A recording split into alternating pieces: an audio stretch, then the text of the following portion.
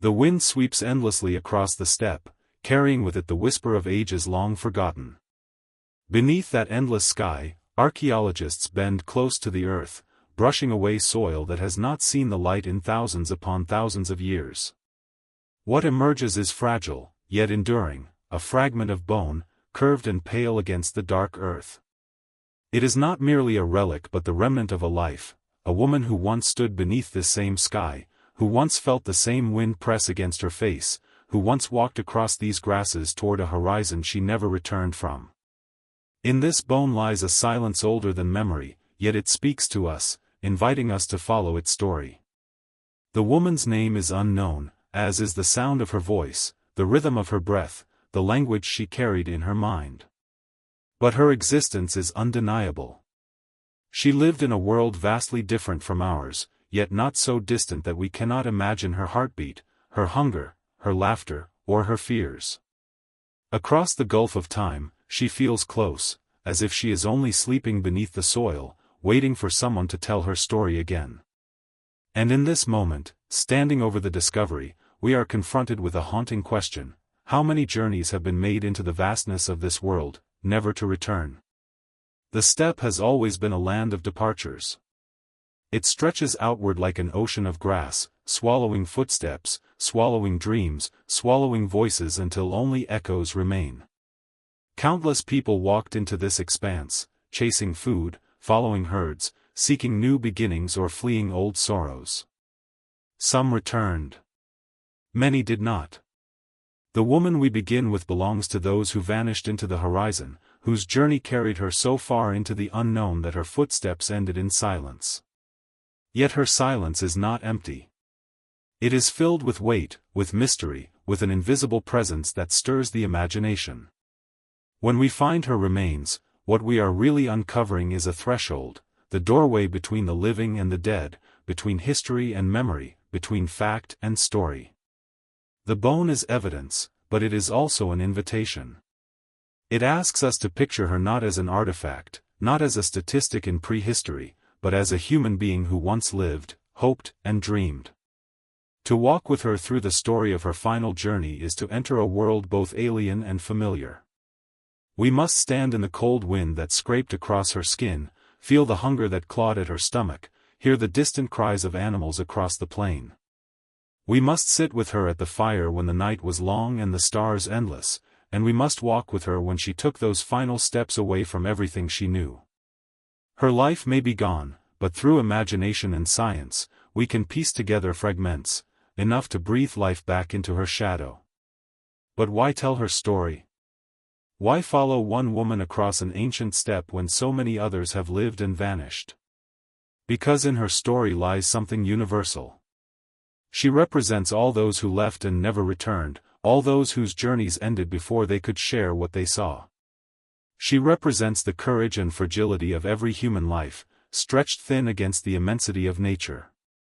In her, we glimpse ourselves, our own fears of being lost, our own longing to wander, our own quiet hope that even if we vanish, someone, someday, will remember. This prologue begins where her story ends, with a fragment of bone beneath the soil, a piece of her that outlasted time. But from here we will walk backwards and forwards, into her world, her people, her steppe, and her journey. We will imagine her not as a skeleton but as flesh and breath and thought, a woman standing at the edge of decision, stepping into a horizon she would never cross back again. And in doing so, perhaps we will find more than her story.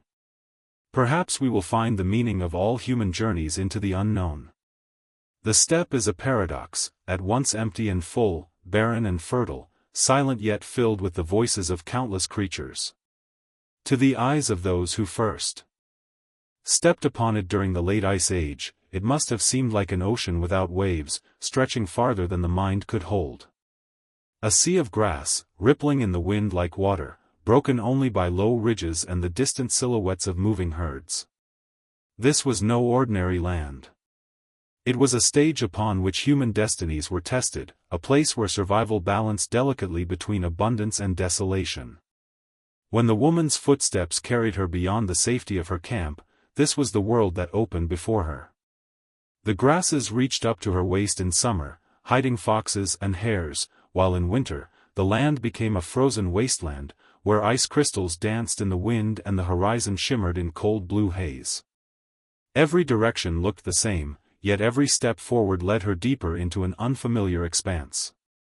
The steppe was not a road to follow but a space to endure.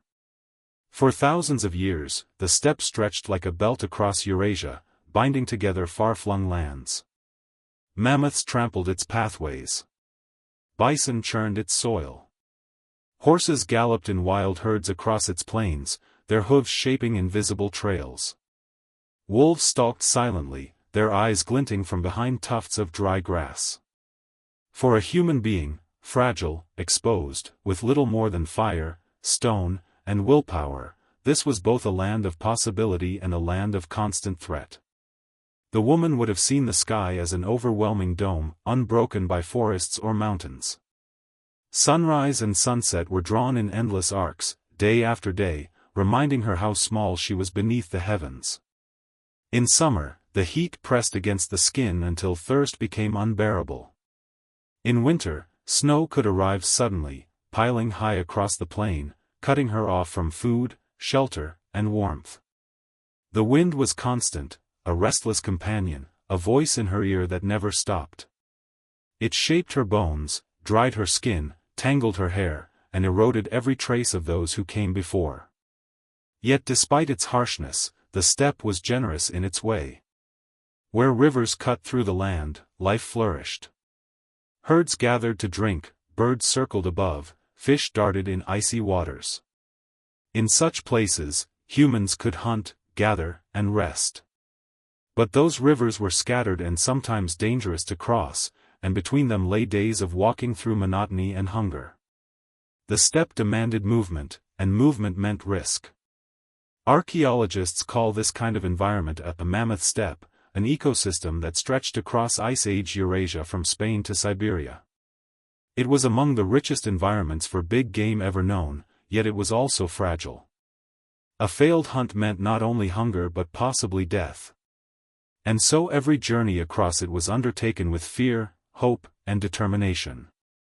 For the woman, this expanse must have stirred something deeper than mere survival. To leave the campfire and walk into this endless land required courage, but perhaps also longing. Perhaps she was drawn by stories, tales told in the glow of embers about faraway rivers, about grasslands filled with herds so vast they shook the ground. Perhaps she was seeking not just food but meaning, not just survival but the unknown horizon itself. The steppe, after all, was more than land. It was an idea, a test, a passage into a world larger than any single life. It is easy for us, in the modern world, to imagine landscapes as backdrops, scenery against which human action unfolds. But for her, the steppe was no backdrop. It was alive, merciless, unpredictable. Every change in the wind meant something.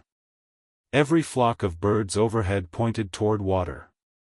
Every patch of grass revealed the grazing of animals or the trail of predators. The land itself was her map, her teacher, her adversary. And in the silence of those open plains, her thoughts would have echoed louder. Away from the chatter of kin, away from the comfort of voices, the steppe forced her into solitude. Here, the only conversation was with the sky, with the wind, with the ground beneath her feet. It is in such silence that a human soul is revealed most clearly, pressed to confront its own fears and its own endurance. When we stand today on those same windswept plains, looking across grasses that ripple endlessly, we can still feel the weight of that immensity. The land has not changed. It still swallows sound, still stretches further than the eye can carry, still humbles us with its vastness. And it is here that her story truly begins, not in the safety of hearth and kin, but in the raw, exposed expanse of the endless steppe.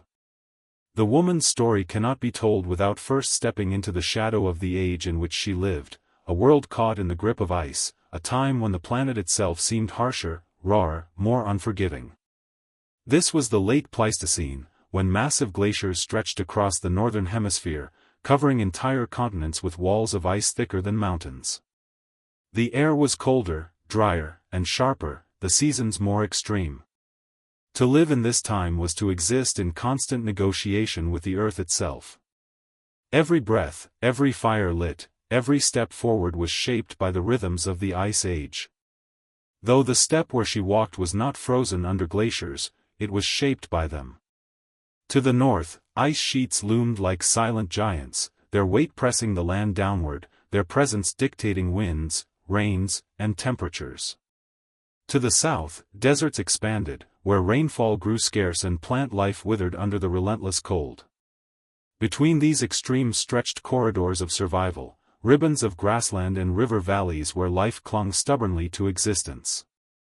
It was here that humans, animals, and plants wove fragile lifelines across the Ice Age world. Imagine her waking at dawn, the frost crackling across the ground even in late spring.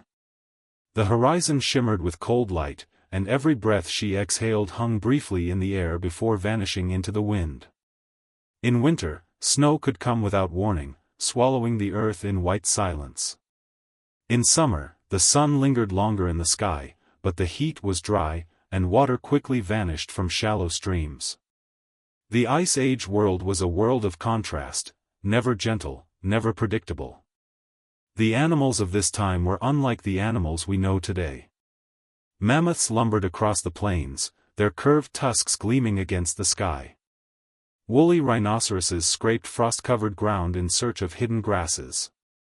Cave lions, larger than the lions we know now, stalked the herds, while hyenas and wolves followed in their shadow, eager to claim whatever scraps remained. For humans, these creatures were both threat and salvation. To hunt them was dangerous, but to avoid them meant hunger. Every encounter was a test of ingenuity, courage, and sometimes desperation. But climate did not just shape animals. It shaped people. The woman's community lived in a rhythm tied to the seasons, following herds when they migrated, gathering plants when they sprouted, finding shelter when storms descended. Fire was their shield against the cold, their comfort against the endless night. Without fire, they could not have survived, yet fire alone was never enough. They needed knowledge, of tracks, of weather, of edible plants, of the habits of animals. Every fragment of wisdom was passed down through stories, each tale a survival manual disguised as myth. The Ice Age also shaped the mind. To live in such uncertainty meant to see the world not as a possession, but as a force, alive, demanding respect. Storms were not just weather, they were spirits. Animals were not just prey, they were beings with power. Rivers were not just water, they were thresholds between life and death. In this way, the harshness of the Ice Age carved spiritual landscapes into human thought, landscapes that would endure long after the ice had melted. For the woman, the Ice Age was not a scientific term, not an era defined by geology or climate charts. It was simply her world. She did not know she lived in an age of ice. She only knew that food was scarce when the cold dragged on, that the wind howled without mercy, that the land demanded constant vigilance. To her, this was not unusual. It was life itself. And yet, for us, standing thousands of years later, her endurance is astonishing. She walked a world that would break most of us in days, yet she carried on, as did countless others, across millennia. It is important to remember that the Ice Age was not a uniform blanket of cold. It pulsed and shifted, warming and cooling, forcing migrations again and again. Entire regions would change within a lifetime. A river might dry, a forest might vanish, a plain might turn to swamp. This instability created both opportunity and danger. For her people, it meant constant adaptation, never a settled peace, always a readiness to move, to abandon, to search anew. And so, the steppe she crossed was not just vast, it was unstable, forever changing under the weight of the climate. In one season, herds might fill the horizon, in another, they might vanish, leaving only silence and hunger. The woman lived in the shadow of these cycles, a single life within a grander rhythm that no one could control. To survive was to be humble, to accept the scale of forces larger than human will. When we look back now, imagining her footsteps against the frozen grass, we see not just an individual but the resilience of humanity itself. Every breath she took in the cold, every step she made across the ice-hardened ground, was part of a greater story, how fragile creatures with fragile bodies survived in a world that seemed determined to erase them. The Ice Age was merciless, yet it did not silence her kind. It sharpened them. It carved them into wanderers, innovators, storytellers, beings who would one day look back on bones in the earth and wonder what it meant to be alive in such a time. She walked beneath the shadows of glaciers, beneath skies filled with storms born from ice. And though she never returned, though her story ended on the steppe, her survival, even for a season, even for a single journey, was itself a triumph. The Ice Age could not hold back human courage. It only tested it, again and again, across the endless grasslands and the frozen winds. Before the woman became a wanderer on the steppe, she was a child, cradled within the fragile shelter of kin and camp. Every life begins in a small world, and hers was no different, a hearth, a circle of faces, the familiar rhythms of waking and sleeping, hunting and gathering, stories and silence. But unlike us, she was born into an existence where the boundary between safety and peril was razor-thin.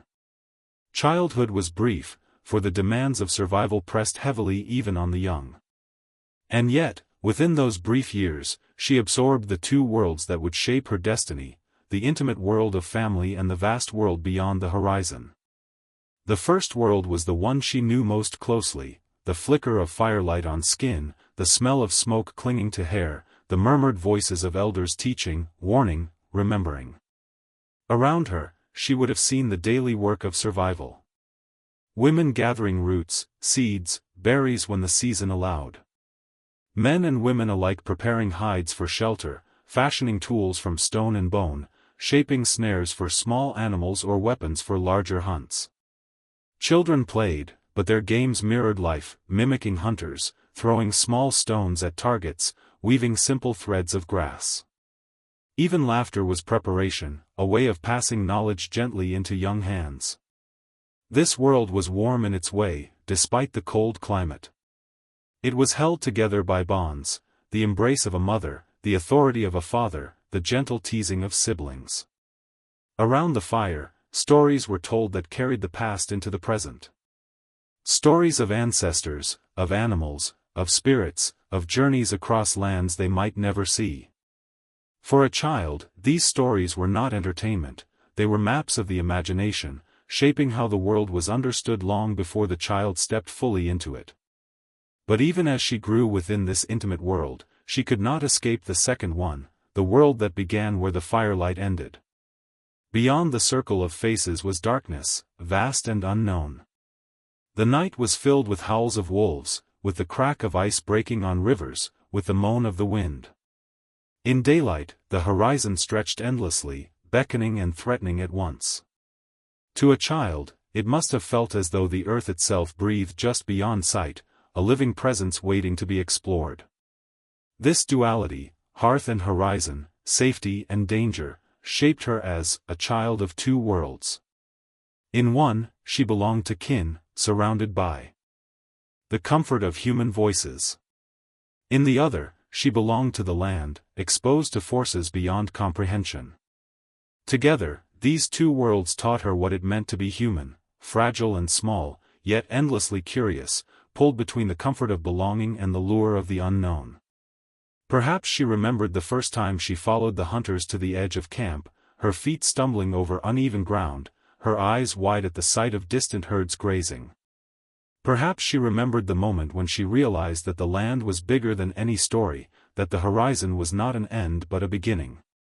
For many children of her time, that realization was frightening. For her, perhaps, it was magnetic, an invisible pull that would one day lead her away, farther than any of her kin expected.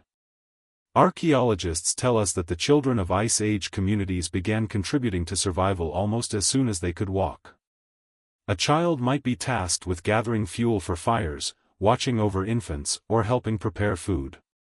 By adolescence, she would already be skilled in carrying water, weaving fibers, shaping simple tools. Her body, though still young, would already know the weight of labor. Yet it was in those moments of work that her imagination likely wandered, each step away from camp carrying her thoughts further into the grasslands. The elders would have warned her of the dangers. Do not go too far. Stay within sight of the fire. Beyond this ridge are spirits that do not forgive. But warnings, though protective, also sharpen curiosity. To know there are dangers beyond the horizon is to feel their presence, like shadows pressing against the edge of vision. And so, even in her earliest years, she lived in tension, between obedience and yearning, between belonging and wandering. We can never know what dreams she carried as a child, but we can imagine them. Perhaps she dreamed of walking with the herds, running alongside horses that galloped endlessly into the wind. Perhaps she dreamed of rivers too wide to see across, where the water shimmered like glass under the sun. Perhaps she dreamed of ancestors speaking to her in visions, calling her toward lands unknown. For children of the Ice Age, dreams and reality were not separate. Both were guides, both were truths. To grow up in such a world was to be hardened quickly, but it was also to be filled with wonder. Every star in the night sky burned brighter in the absence of firelight. Every animal's track was a story written in the earth. Every storm was both threat and revelation.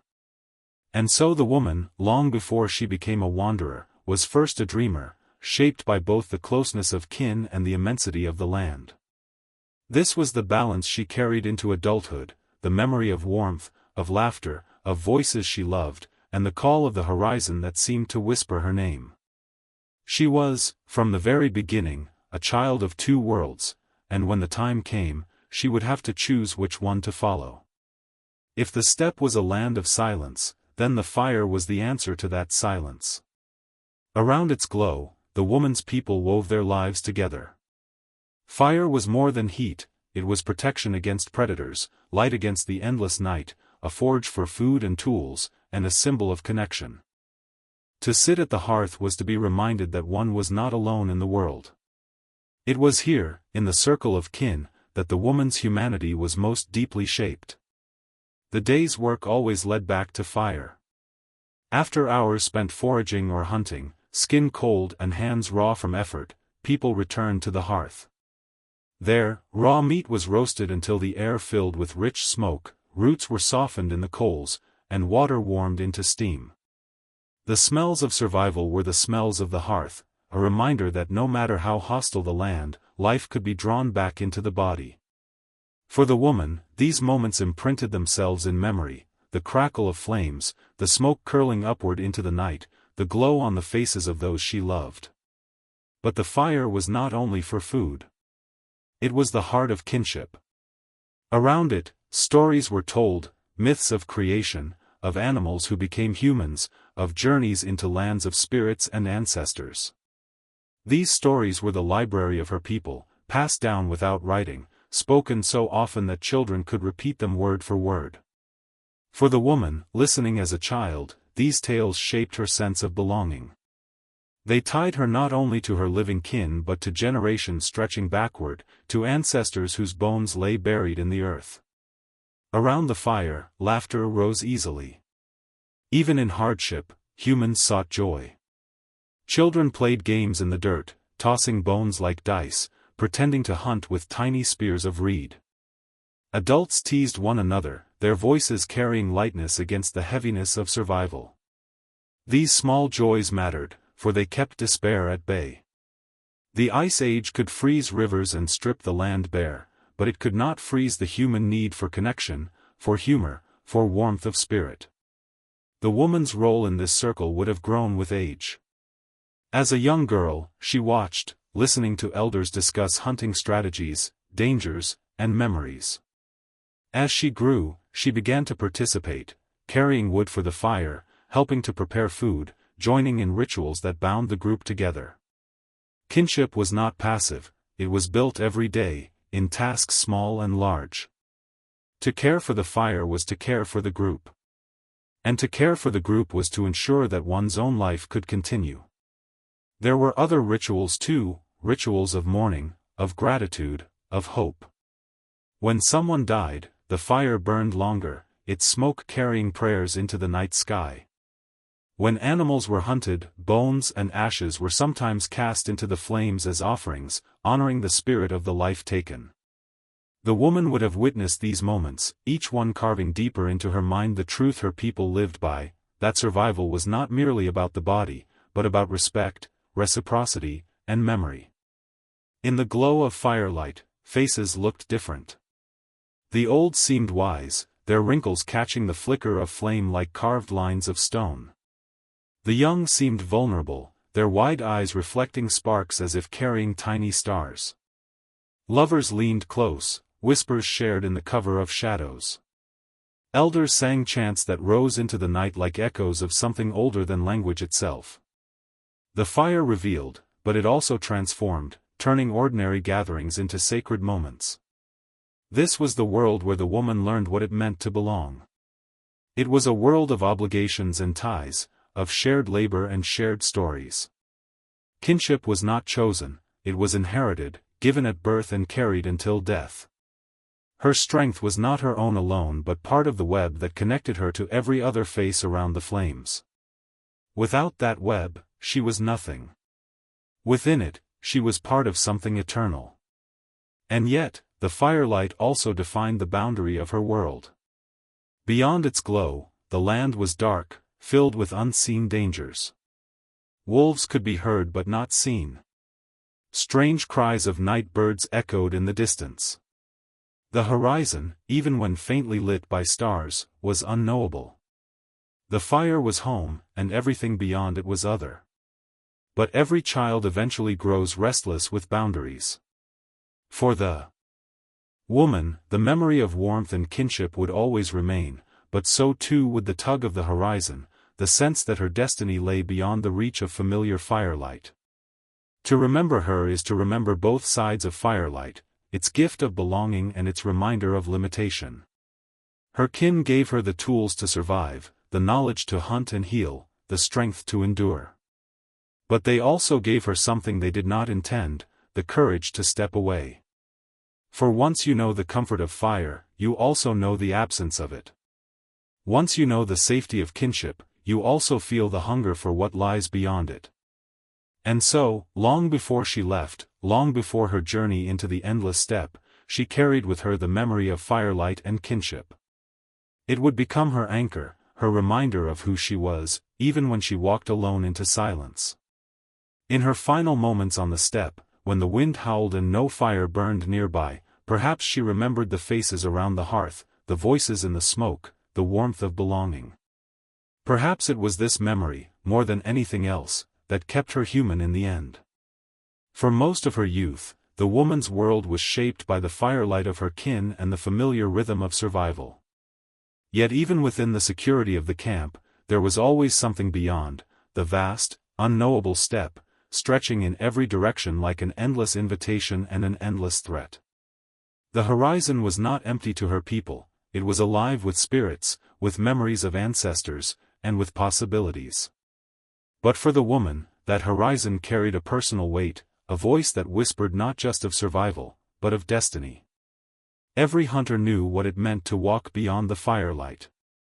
Beyond was where food was found, where rivers cut their way through frozen earth, where mammoths and bison grazed, and where danger lurked in every shadow. Yet to the woman, the beyond was not only a place of danger. It was a place of curiosity. The cold air that swept across the steppe seemed to carry questions. What lies after the river? Who lives where the sun sets? Is the world endless, or does it fall away into nothingness? She had grown up listening to the stories told around the fire, stories of wandering ancestors, of groups who left and never returned, of lands filled with strange creatures and spirits unlike any her people knew. Some tales were warnings, but others were seeds of wonder. There were whispers of valleys where animals were so abundant that the earth shook with their hooves, or of forests where trees grew so tall they pierced the sky. Children laughed at these stories, but the woman listened differently. For her, these tales were not mere entertainment, they were a call. As she matured, the duties of camp life pressed down upon her.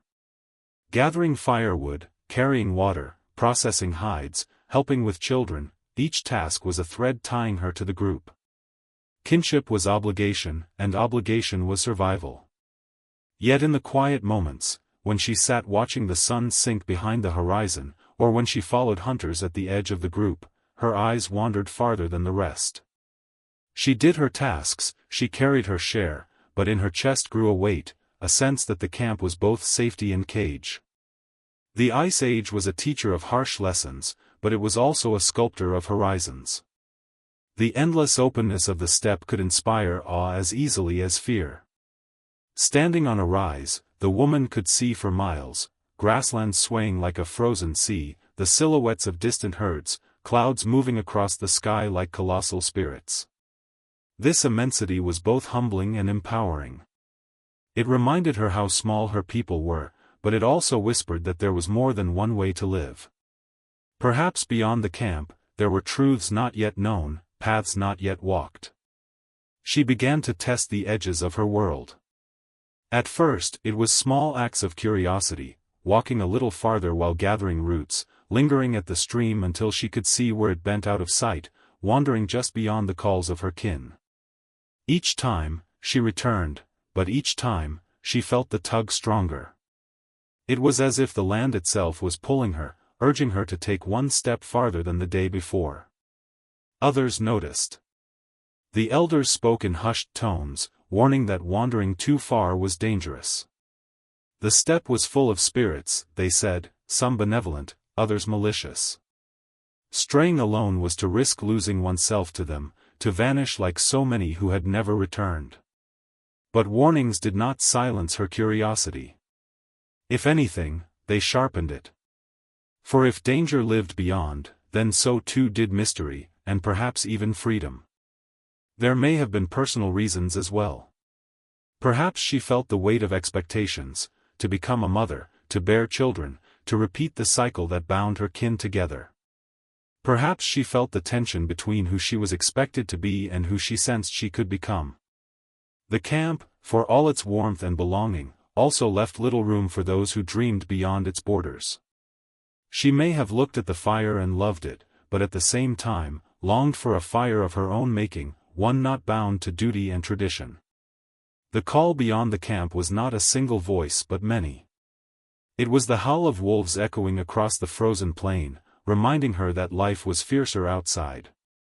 It was the tracks of mammoths stamped into the earth, leading to places unknown. It was the shimmer of stars on cold nights, patterns shifting slowly across the sky, whispering that the world was vast and full of paths her people had never walked. Each sign added to her yearning. The decision to leave was not sudden, but it was inevitable. It began as a feeling, a restlessness that would not fade.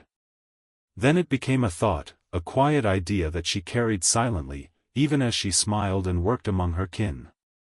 And finally, it grew into a resolve, that one day, she would step beyond the campfire glow and not return. To modern eyes, her choice might seem reckless, even tragic. To walk into the Ice Age wilderness alone was to embrace almost certain death. Yet, within her, the call of the horizon was stronger than the fear of it. Perhaps she believed the spirits would guide her. Perhaps she felt her ancestors calling from beyond the horizon. Or perhaps, in the simplest human way, she longed for a life that was hers alone. The woman's journey beyond the campfire was not just the story of one individual. It was the echo of a question that humanity has always carried: what lies beyond? For every group that stayed, there were those who left, drawn by the same hunger for more. Some perished. Others discovered new lands, new ways of living, new futures.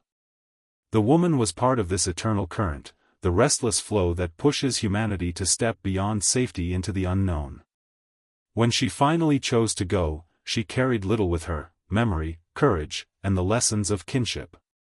Yet what she truly carried was something invisible but enduring, the fire inside, the same fire that burned in the hearth of her people. It was that inner flame that made her walk away, and it was that flame that would carry her across the steppe, into the cold embrace of a land both hostile and magnificent. In leaving the camp, she was not abandoning her people. She was fulfilling something within herself, something as old as humanity itself. The call beyond the camp was not just her story. It was the story of every wanderer, every seeker, every ancestor who looked at the horizon and saw not danger, but possibility. The hunt was more than a means of survival, it was the great teacher of her people. To live on the steppe was to depend on animals, not only for meat, but for bone, hide, sinew, and spirit. And for the young woman, the hunt was a classroom without walls, where every chase, every kill, every silence on the plain carved lessons into her memory.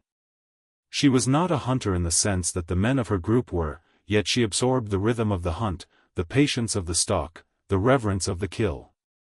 These were not skills written in words, but wisdom carried in gestures, glances, and rituals. She had seen hunts since childhood. The great migrations of reindeer, the shaggy silhouettes of bison, the distant mammoths lumbering like mountains that breathed. Each animal was a puzzle, unpredictable, strong, bound by instincts older than humankind itself. To watch her kin track them was to learn more than hunting, it was to learn the logic of the land. Tracks in the mud spoke of hours past, broken branches revealed directions, the hush of birds signaled something moving nearby. These small signs formed a language, one her people knew fluently, and she, too, began to read it. From the hunters, she learned patience, the discipline to wait in stillness for hours, hidden among grasses, the cold pressing against skin, until the right moment came. She learned cooperation, for no great animal could be taken by one person alone. Every hunt was a web of roles, some drove the herd, some blocked escape routes, some delivered the final strike. To fail in unity was to fail completely, and so trust was as important as weapons. She saw how even the smallest mistake, a snapped twig, a cough carried by the wind, could mean hunger for weeks. But there was also philosophy in the hunt. The kill was never simple, never only about food. It was a meeting of life and death, a crossing of boundaries. When an animal fell, her people did not merely cheer, they performed gestures of respect. A hand placed on the warm hide, a whispered word to the spirit of the beast, a ritual offering of bone or fat to the fire. These acts were not superstition alone, they were acknowledgement that life was borrowed, not taken. The woman grew to understand that every meal was a gift, and every gift carried responsibility. Her own role in the hunts may have been supportive, but that did not make it passive. Women often helped drive animals, shouting and waving, or guided them toward waiting hunters. Sometimes they joined in setting snares for smaller creatures, or in butchering the carcass afterward. The weight of a fresh kill was communal, meat had to be cut quickly before it froze too hard, hides had to be stripped and prepared, bones cracked open for marrow. She learned to use sharp flakes of stone with precision, slicing muscle from bone, separating sinew that could be dried for cordage. The hunt was not only about killing, but about transforming an animal into life for the group. Yet beneath the labor, the woman carried away subtler lessons. She began to see that the hunt mirrored the balance of her own existence. There was pursuit and waiting, struggle and surrender, fear and gratitude. Each time she watched a hunter risk his life against a bison's horns, or a group scatter before a charging horse, she felt both awe and terror. The hunt taught her that survival demanded courage, not recklessness, but a courage tempered by respect for forces larger than oneself. It also taught her about freedom. Out on the open steppe, chasing herds or circling rivers, the camp was far behind, and the horizon stretched wide. These were the moments she loved most, when the world felt untamed, when she was no longer contained by firelight but carried into landscapes vast and wild. She felt her lungs burn in the cold air, her legs ache from running, her body alive in every sense. To live was to hunt, and to hunt was to step into the flow of life itself. Sometimes, she must have wondered what it felt like to live as the animals did, to roam endlessly, following the rhythm of grass and season. Unlike humans, the herds did not stay tethered to one fire. They moved with the wind, with the earth. Watching them, she sensed a different kind of existence, one that whispered to her restless soul. Perhaps, deep inside, this was the seed of her wandering, the idea that humans, too, might move beyond their small circles, beyond the boundaries of kin and camp. The hunt also left her with the understanding that life was fragile, and death was close at hand. She saw hunters gored, trampled, frozen on long treks. She saw animals fight for their lives with a desperation that mirrored her own. In the blood on snow, in the steaming breath of dying creatures, she learned that death was not an end but a companion, always walking near, always reminding humans to live with intensity and care. For her, the lessons of the hunt were not confined to survival. They became part of her philosophy, her way of seeing. The patience of the stalk taught her how to wait for the right moment in her own life. The unity of hunters showed her the power of belonging, but also made her wonder what it would mean to step outside of it. The reverence for animals impressed upon her that the world was sacred, and that every step on the steppe was both a risk and a prayer. When she eventually chose to leave her people behind, she carried with her these lessons. She carried the hunter's stillness, the hunter's courage, the hunter's respect. Though she was alone, she was never untrained. The steppe had been her teacher, and the animals her mentors. And in the rhythm of her solitary footsteps, she would echo all she had learned: patience, endurance, reverence, and the courage to walk toward the unknown. The hunt, then, was not only the shaping of her people, it was the shaping of her soul.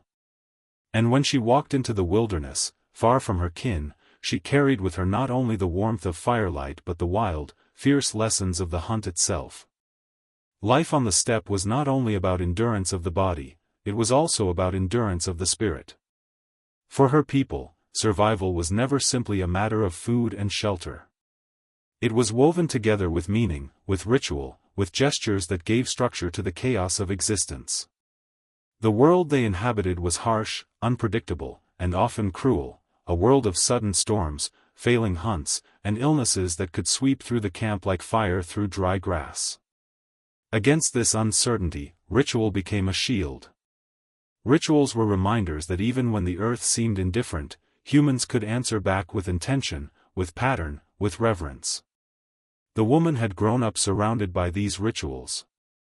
Some were small, barely noticeable, the way her kin always placed the first piece of meat into the fire, offering it to unseen spirits, the way hunters touched their weapons to the ground before leaving camp, the way women hummed quiet chants as they sewed hides, calling for strength to pass through their fingers into the thread. These little acts stitched the human world to the greater forces of the steppe. To neglect them was to court misfortune. Other rituals were grander. Before a great hunt, the camp would gather, voices raised in rhythm, the beat of stones against wood echoing into the night. Hunters painted their bodies with ash and ochre, tracing lines that mirrored the rivers and horizons of the land. Women prepared charms of bone and feather, talismans to be carried into danger. Firelight flickered across their faces, making every shadow a mask, every figure a spirit. For the young woman, these gatherings were both awe-inspiring and terrifying. She felt the weight of generations in the chants, the nearness of ancestors in the smoke. Rituals were not only about spirits and gods. They were also about community. In the act of gathering, singing, sharing gestures, her people reminded themselves that they were not alone. On the endless steppe, where the wind could strip a person of all sense of belonging, ritual bound them together. It was a way of saying, "We are here, together, and we matter." The young woman felt this deeply, even as she carried the restlessness that would one day drive her away. She learned that survival was never purely practical. Food filled the belly, but ritual fed the mind, gave shape to fear. When a storm destroyed shelters, when wolves took livestock, when someone fell ill, her people did not only rebuild or bury. They gathered, they sang, they offered. They told stories of why such things happened, not to solve them but to make them bearable. To live without ritual would have been to live without meaning, and without meaning, even survival itself would feel hollow. For the woman, these practices carved invisible pathways inside her. She came to see that life was fragile, that humans were small, but also that humans could answer the world with courage and reverence. Every ritual was a reminder: survival was not guaranteed, but it was worth striving for, and striving required more than muscle and bone, it required spirit. When she prepared hides, she whispered thanks to the animal.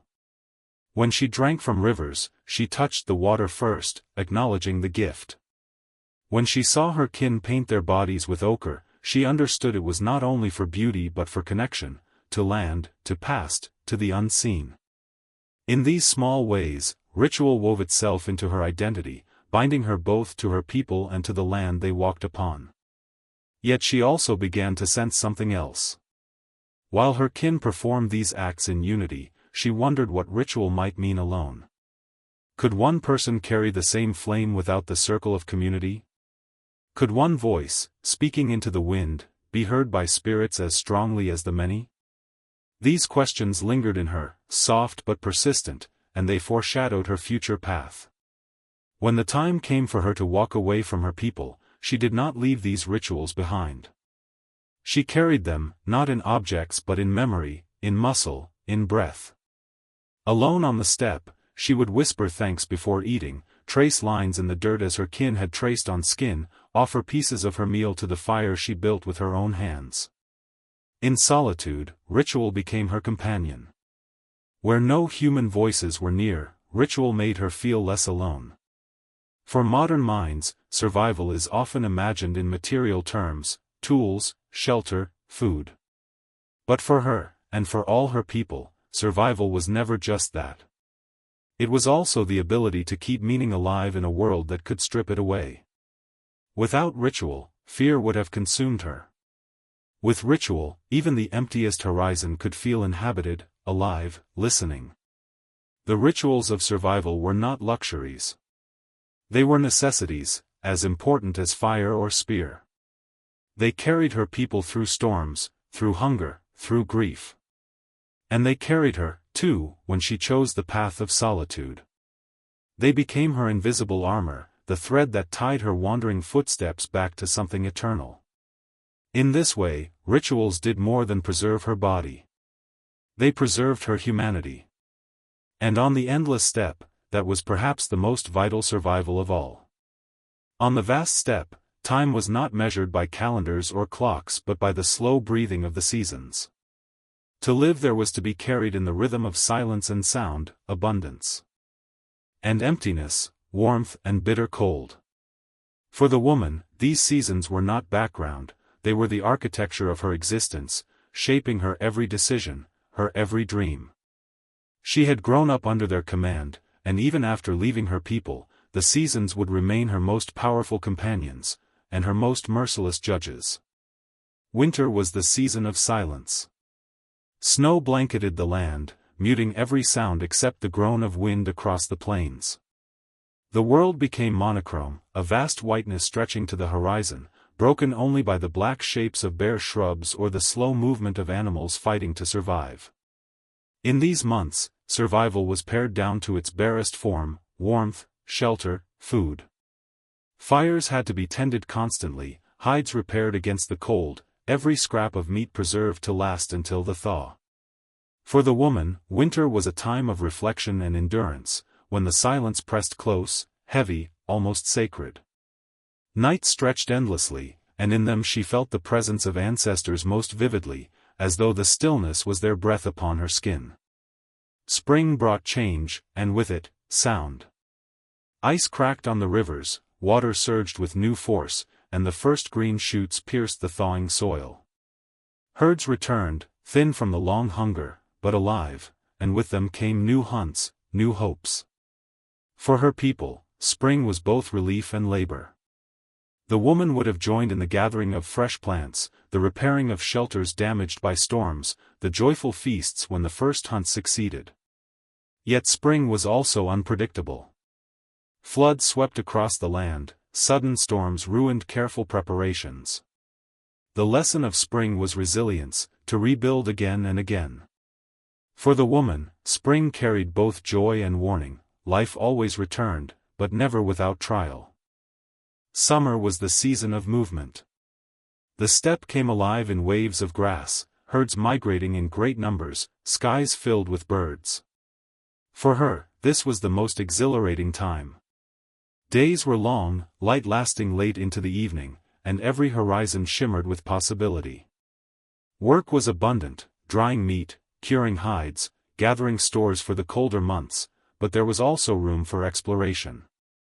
Summer was when she could wander farthest, following streams, walking into valleys, tracing the paths of animals. The warmth filled her with energy, and the world felt open, boundless.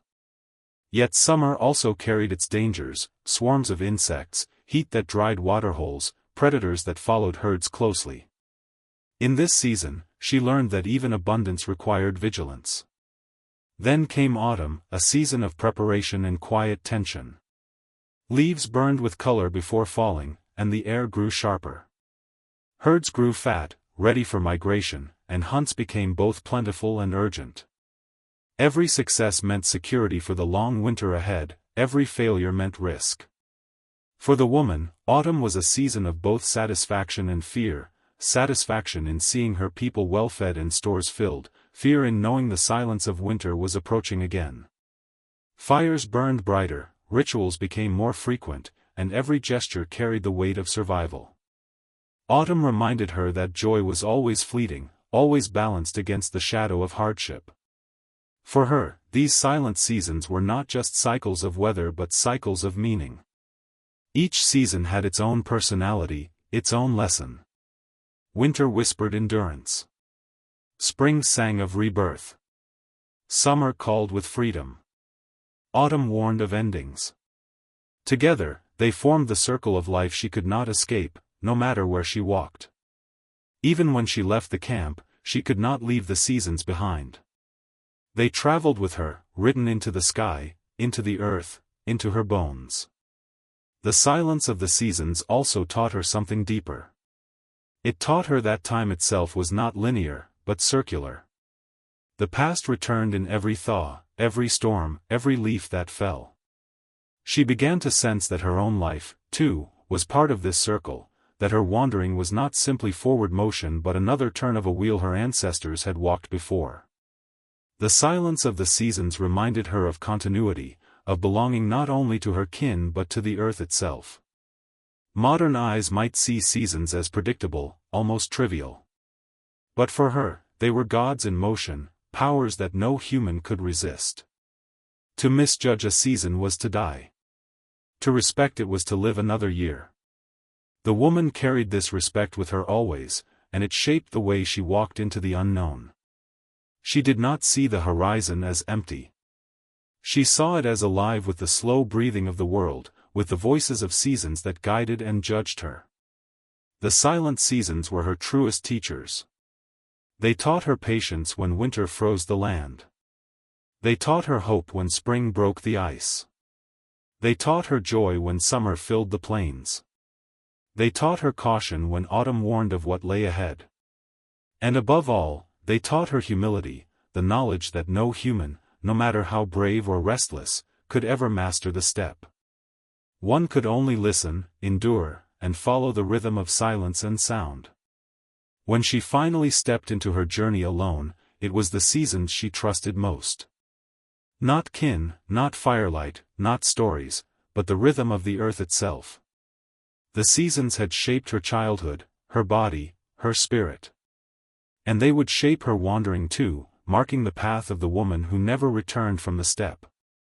Long before the woman walked the steppe, others had walked it too. Their footprints, though erased by time, lingered in memory, in story, and in the silent awe her people felt when gazing at the horizon. For her, the ancestors were not abstractions or distant shadows of history, they were present, alive in ritual, in whispers, in the fire's smoke that curled toward the stars. To grow up among her kin was to feel the ancestors everywhere, in the earth beneath her feet, in the tools fashioned from bone, in the winds that carried voices when the night was still. Around the fire, the old ones told of them. They spoke of the great migrations when their forebears followed herds across lands that seemed endless. They spoke of deaths in snowstorms, of births by rivers, of camps where songs were sung to the moon. Each story was an inheritance, a reminder that the people alive now were only the latest link in an unbroken chain stretching back through countless generations. The woman, sitting wide-eyed in the circle of firelight, absorbed these stories like seeds. She carried them silently, feeling that her life, too, was part of this chain, though she did not yet know how her link would be forged. The ancestors were also in the objects she touched every day. A flint blade passed from hand to hand, sharpened by generations. A necklace made of teeth, worn by a grandmother, then given to a mother, then to a child. A scarred bone used as a tool, bearing marks older than her own life. Each object was more than utility. It was memory, a physical echo of those who had shaped and survived before her. Holding such objects, she must have felt the closeness of time collapse, as if her own fingers touched the hands of those long gone.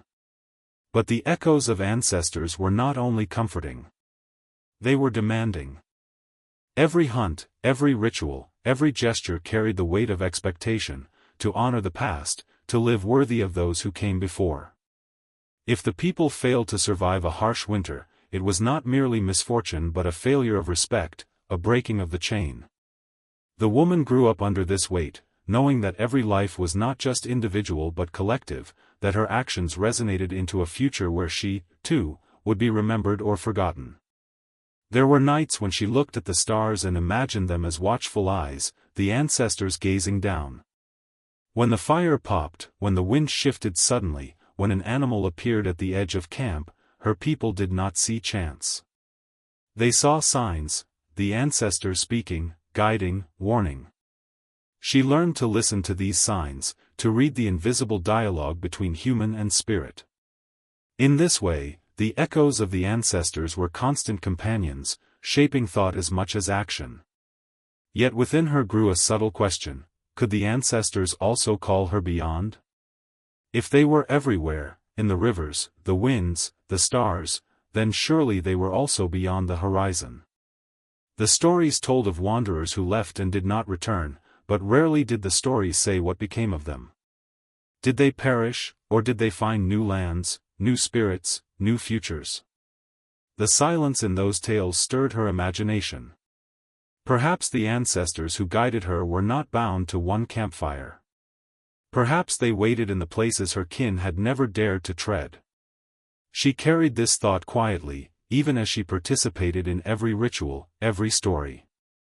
Outwardly, she honored the echoes of her people's past.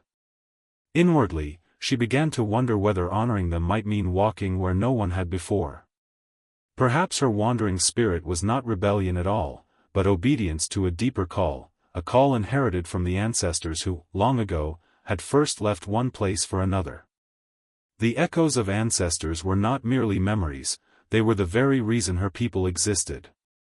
Without them, there would be no stories, no rituals, no identity.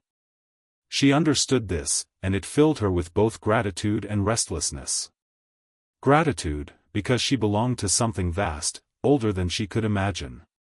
Restlessness, because if the chain of ancestors was endless, then it must stretch forward too, into paths yet untaken. Someone had to walk those paths. Someone had to be the ancestor of futures unknown. When she finally chose to leave, it was not only her own footsteps she carried into the grasslands. It was theirs. Every ancestor who had braved hunger, storms, predators, and loss, they walked with her. Every story told at the fire, every song sung in ritual, every tool shaped by hands long gone, they accompanied her. She may have appeared alone, a solitary figure against the horizon, but she was crowded by echoes. She was one, but she was also many. And in this way, her story became more than a departure. It became a continuation, a turning of the wheel. The woman who never returned from the steppe was not only an individual, but an echo herself, destined to join the voices of the ancestors. Whether she found death or discovery, her journey would not vanish. It would ripple through time, becoming part of the unbroken chain that bound past, present, and future. The echoes of ancestors were not silence, they were a chorus. And as she stepped into the unknown, that chorus followed, guiding her into a horizon where memory and possibility were the same. There is always a moment when the balance tips, when what was once bearable becomes too heavy to endure. For the woman, this moment came gradually, like the wearing down of stone by water, and yet it struck her with the sudden force of a storm.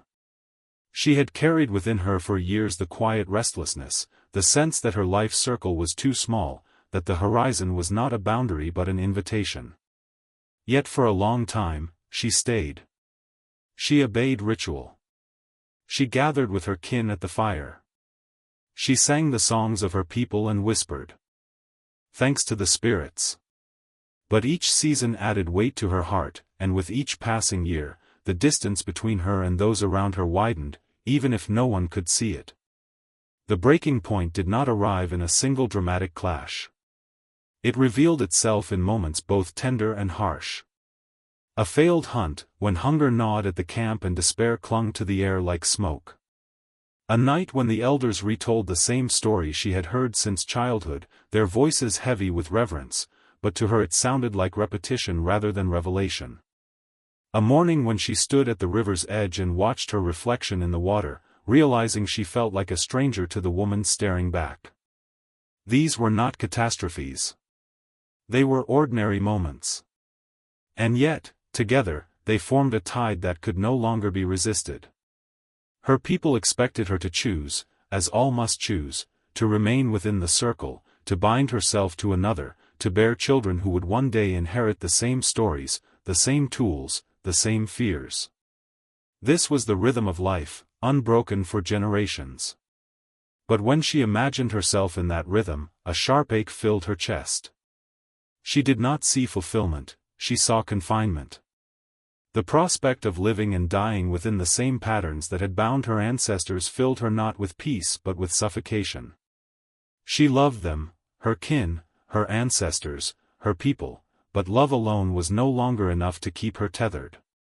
Perhaps the breaking point was not a single moment but a single truth. She realized she could not stay and remain whole.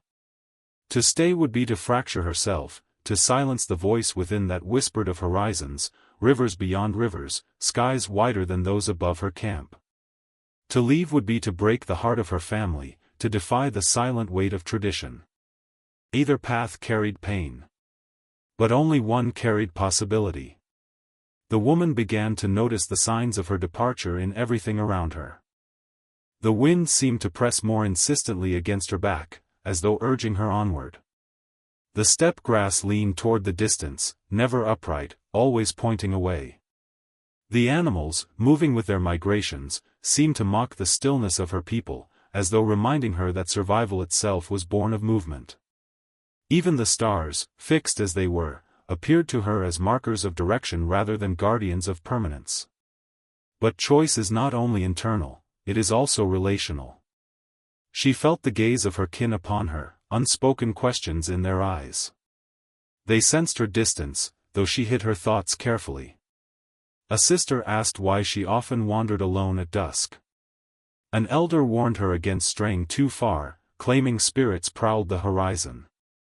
Her mother, in the silence of their shared tasks, cast looks filled with worry, as if she could see the horizon already tugging at her daughter. These small exchanges made her resolve both harder and heavier. For every reminder of love, there was a reminder of the cost.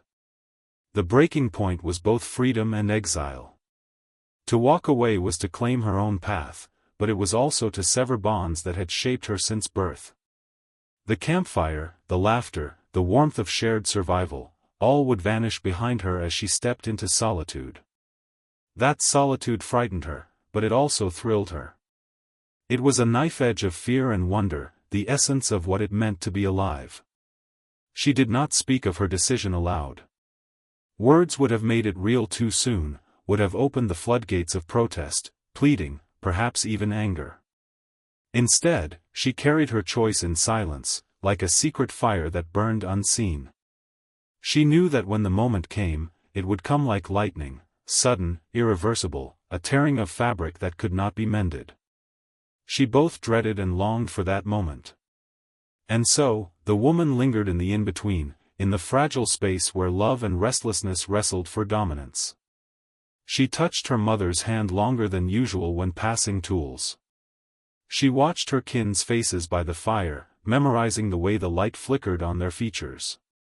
She inhaled the scents of smoke, hides, and grass, as if storing them within her for the journey ahead.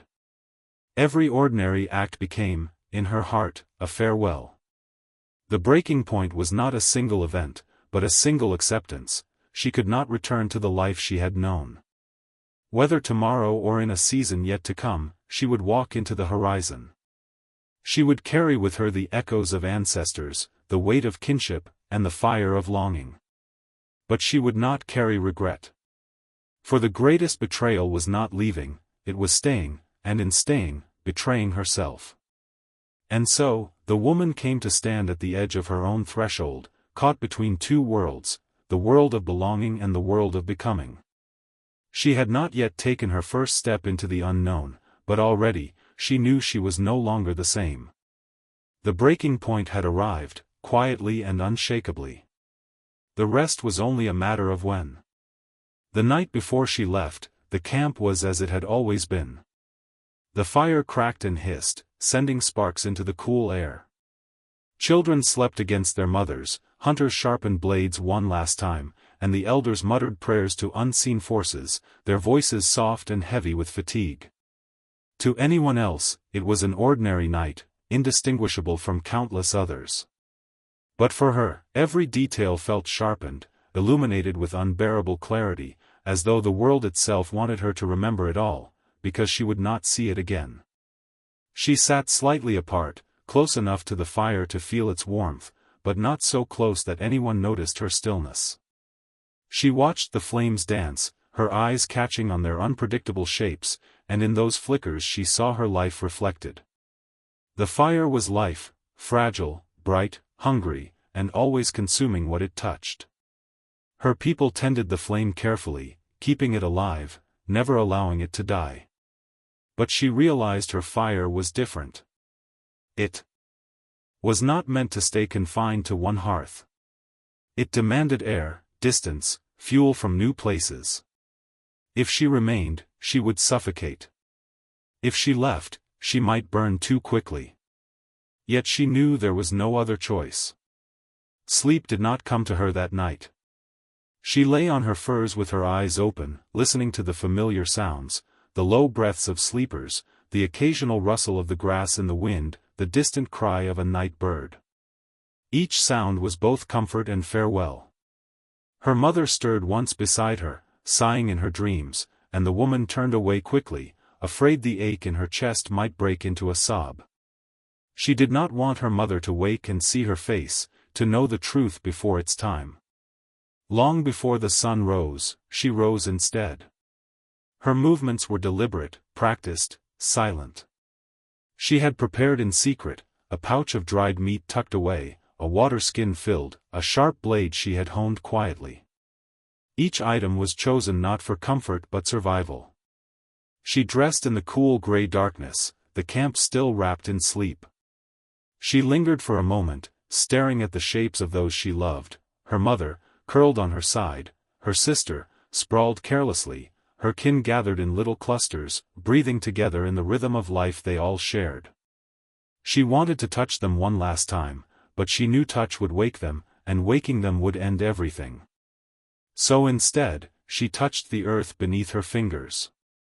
This ground had been her cradle, her home, her teacher. It had borne her footsteps since childhood, given her food, shaped her hands in labor. She pressed her palm flat against the soil, a silent farewell to the place itself. Then, with a breath that trembled but did not break, she rose. Dawn was only a hint on the horizon, the first pale bruising of light against the darkness. The sky was neither night nor day but something between, a liminal moment, a passage. It felt right. She slipped away from camp, her steps measured, the grass brushing against her legs. She knew each sound could betray her, a snapped twig, the creak of leather, but the camp did not stir. The people she loved remained cocooned in dreams, unaware that one among them was leaving forever. She walked steadily toward the horizon, the pale light deepening with every step. Behind her, the camp grew smaller, then disappeared into the folds of grass and earth. She did not look back. To look back was to invite hesitation, and hesitation could undo everything. Instead, she fixed her gaze forward, on the line where the sky kissed the land, a line that had always seemed unreachable but now beckoned like an open door. As the sun began to climb, its first rays touched her face. The warmth was startling, as though the sky itself acknowledged her choice. She felt exposed under the growing light, yet also affirmed. In that moment, she was no longer the daughter, the sister, the obedient listener of stories by the fire. She was the woman who walked into the steppe alone, carrying with her nothing but her will, her fire, and the echoes of those who came before. The departure at dawn was not simply an act of leaving. It was an act of becoming. Each step away from camp was also a step into herself, into the person she had long sensed but never dared to embrace. Alone in the vastness, the silence pressed against her, heavy and total, but it was not emptiness. It was possibility. The steppe stretched before her endlessly, a sea of grass whispering in the breeze, a land both hostile and sacred. For the first time, she felt the full weight of solitude, and with it, a thrill that made her heart beat faster. She did not know if she would find water by nightfall, or if predators watched her even now from the tall grass. She did not know if her supplies would last, or if her strength would falter in the days to come. But she did know one thing with absolute certainty: she could never return. Even if her feet carried her back, her spirit would remain out here, wandering, searching. The path behind her had ended. Only the path ahead remained. And so, beneath the growing light of dawn, she became the woman who chose the horizon. The woman who stepped beyond belonging into the raw, uncharted wilderness of becoming. The woman who would never return from the steppe. The first true day of her wandering began with the steppe unfolding before her like a boundless ocean of grass. It rose and fell in long waves, endless in every direction, its green blades catching the new sun and swaying as though stirred by invisible tides. The wind ran through it, carrying scents of soil, animals, and distant rain, and as she walked, she felt as though she were no longer on land but adrift upon a living sea. Her footsteps pressed faint trails into the earth, but the grass closed behind her almost instantly, erasing her passage. She understood then that the steppe was vast enough to swallow her whole, and in that realization came both awe and fear. For the first time, the distance between her and her kin was absolute. She turned once, only once, and saw nothing of the camp she had left behind. No smoke, no shapes of shelters, no faint voices carried by the wind. Only horizon. Only grass. The silence struck her deeply, not the comfortable silence of a sleeping camp, but the silence of immensity, where nothing marked her existence but her breath and her heartbeat. She was utterly alone. And yet, in that aloneness, she felt the raw edge of freedom. Her senses sharpened quickly. Every sound, however faint, became important, the rustle of grass suggesting movement, the wing-beat of a bird overhead, the distant yip of something hunting.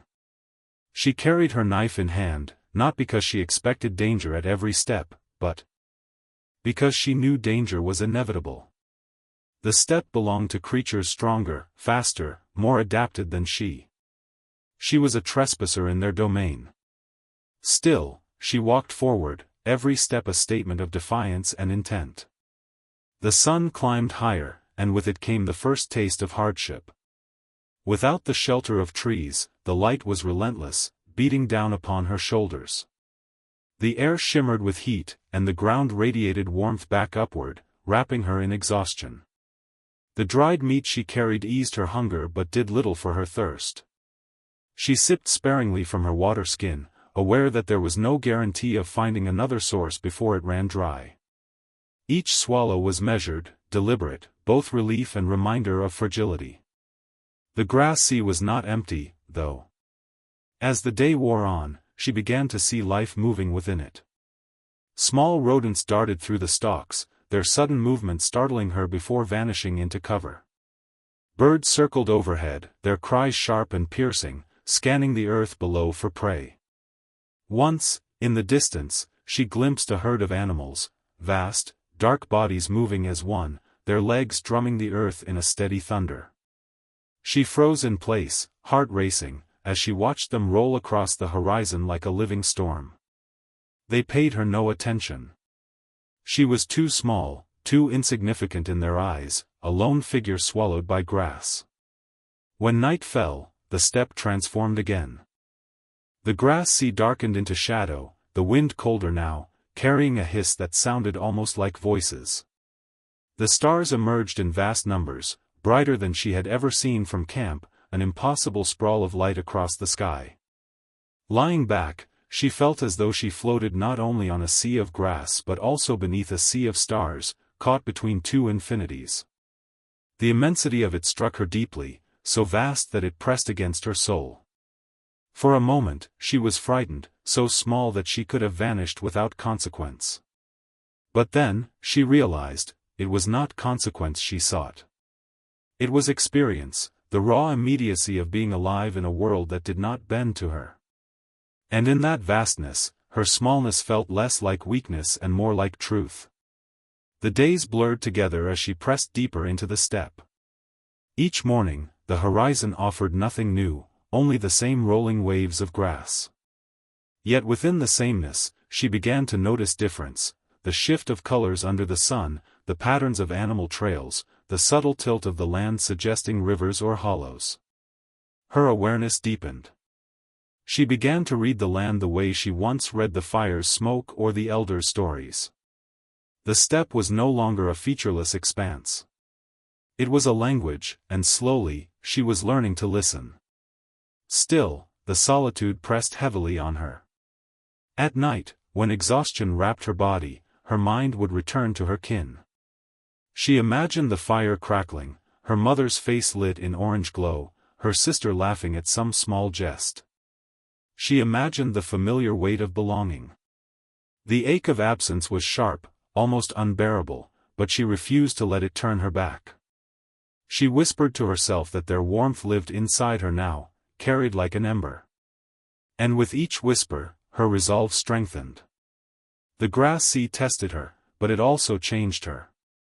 She moved differently now, her steps quicker, her eyes sharper. She no longer feared every sound, instead, she measured it, judged it, learned from it. She no longer thought of herself only as a daughter of a campfire, but as a creature of the horizon, shaped by openness and risk. The steppe was vast, merciless, and magnificent, and in surrendering to it, she found herself becoming something new.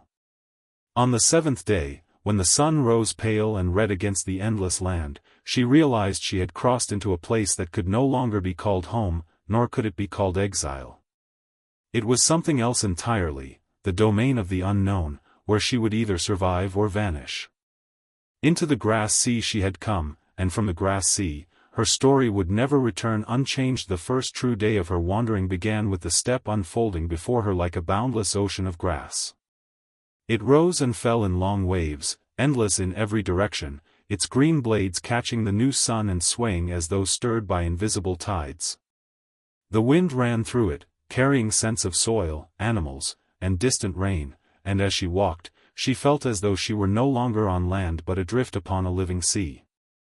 Her footsteps pressed faint trails into the earth, but the grass closed behind her almost instantly, erasing her passage. She understood then that the steppe was vast enough to swallow her whole, and in that realization came both awe and fear. For the first time, the distance between her and her kin was absolute. She turned once, only once, and saw nothing of the camp she had left behind. No smoke, no shapes of shelters, no faint voices carried by the wind. Only horizon. Only grass. The silence struck her deeply, not the comfortable silence of a sleeping camp, but the silence of immensity, where nothing marked her existence but her breath and her heartbeat. She was utterly alone. And yet, in that aloneness, she felt the raw edge of freedom. Her senses sharpened quickly. Every sound, however faint, became important, the rustle of grass suggesting movement, the wing-beat of a bird overhead, the distant yip of something hunting. She carried her knife in hand, not because she expected danger at every step, but because she knew danger was inevitable. The steppe belonged to creatures stronger, faster, more adapted than she. She was a trespasser in their domain. Still, she walked forward, every step a statement of defiance and intent. The sun climbed higher, and with it came the first taste of hardship. Without the shelter of trees, the light was relentless, beating down upon her shoulders. The air shimmered with heat, and the ground radiated warmth back upward, wrapping her in exhaustion. The dried meat she carried eased her hunger but did little for her thirst. She sipped sparingly from her water skin, aware that there was no guarantee of finding another source before it ran dry. Each swallow was measured, deliberate, both relief and reminder of fragility. The grass sea was not empty, though. As the day wore on, she began to see life moving within it. Small rodents darted through the stalks, their sudden movement startling her before vanishing into cover. Birds circled overhead, their cries sharp and piercing, scanning the earth below for prey. Once, in the distance, she glimpsed a herd of animals, vast, dark bodies moving as one, their legs drumming the earth in a steady thunder. She froze in place, heart racing, as she watched them roll across the horizon like a living storm. They paid her no attention. She was too small, too insignificant in their eyes, a lone figure swallowed by grass. When night fell, the steppe transformed again. The grass sea darkened into shadow, the wind colder now, carrying a hiss that sounded almost like voices. The stars emerged in vast numbers, brighter than she had ever seen from camp, an impossible sprawl of light across the sky. Lying back, she felt as though she floated not only on a sea of grass but also beneath a sea of stars, caught between two infinities. The immensity of it struck her deeply, so vast that it pressed against her soul. For a moment, she was frightened, so small that she could have vanished without consequence. But then, she realized, it was not consequence she sought. It was experience, the raw immediacy of being alive in a world that did not bend to her. And in that vastness, her smallness felt less like weakness and more like truth. The days blurred together as she pressed deeper into the steppe. Each morning, the horizon offered nothing new, only the same rolling waves of grass. Yet within the sameness, she began to notice difference, the shift of colors under the sun, the patterns of animal trails, the subtle tilt of the land suggesting rivers or hollows. Her awareness deepened. She began to read the land the way she once read the fire's smoke or the elders' stories. The steppe was no longer a featureless expanse. It was a language, and slowly, she was learning to listen. Still, the solitude pressed heavily on her. At night, when exhaustion wrapped her body, her mind would return to her kin.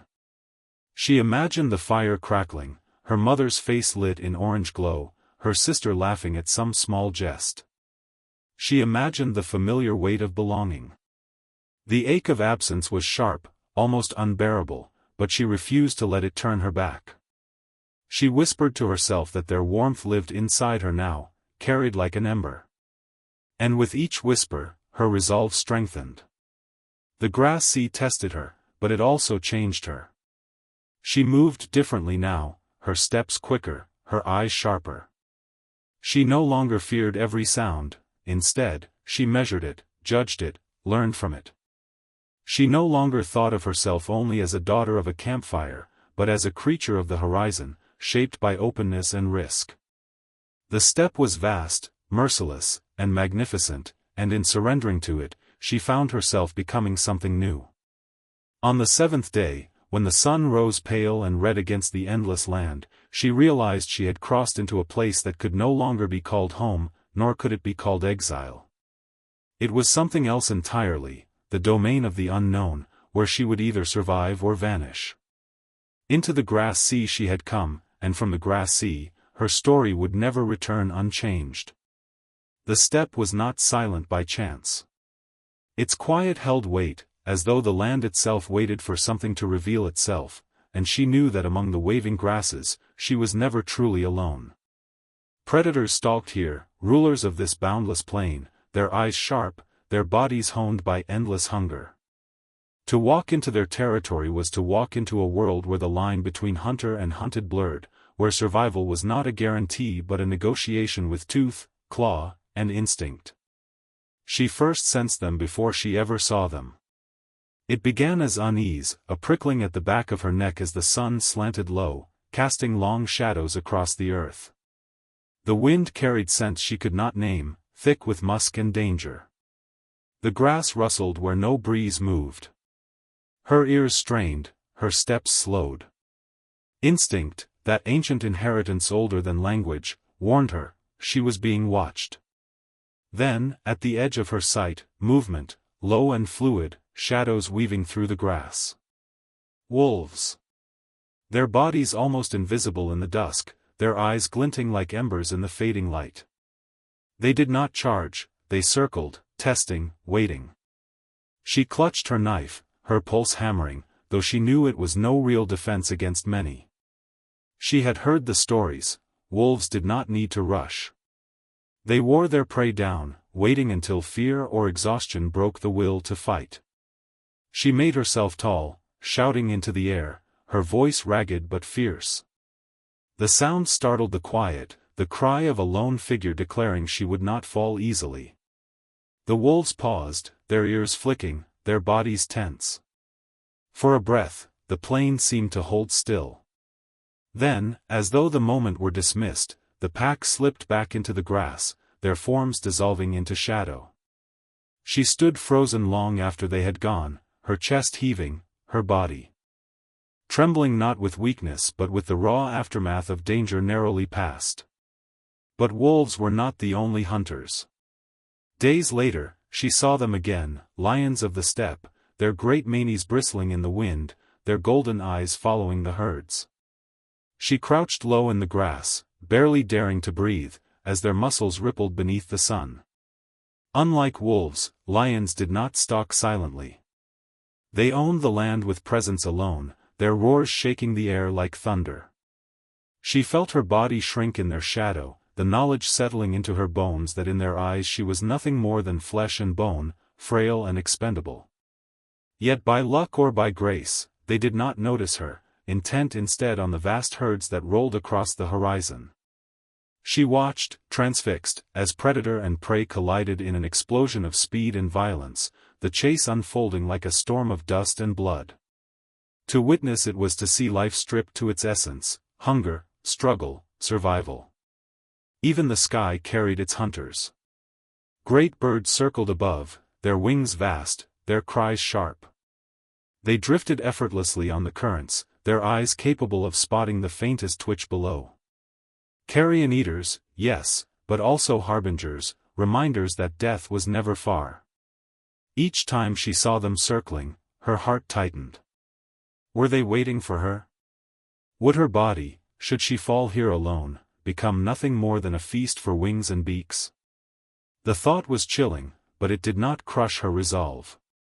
Instead, it sharpened it. If death came, she swore it would not come easily.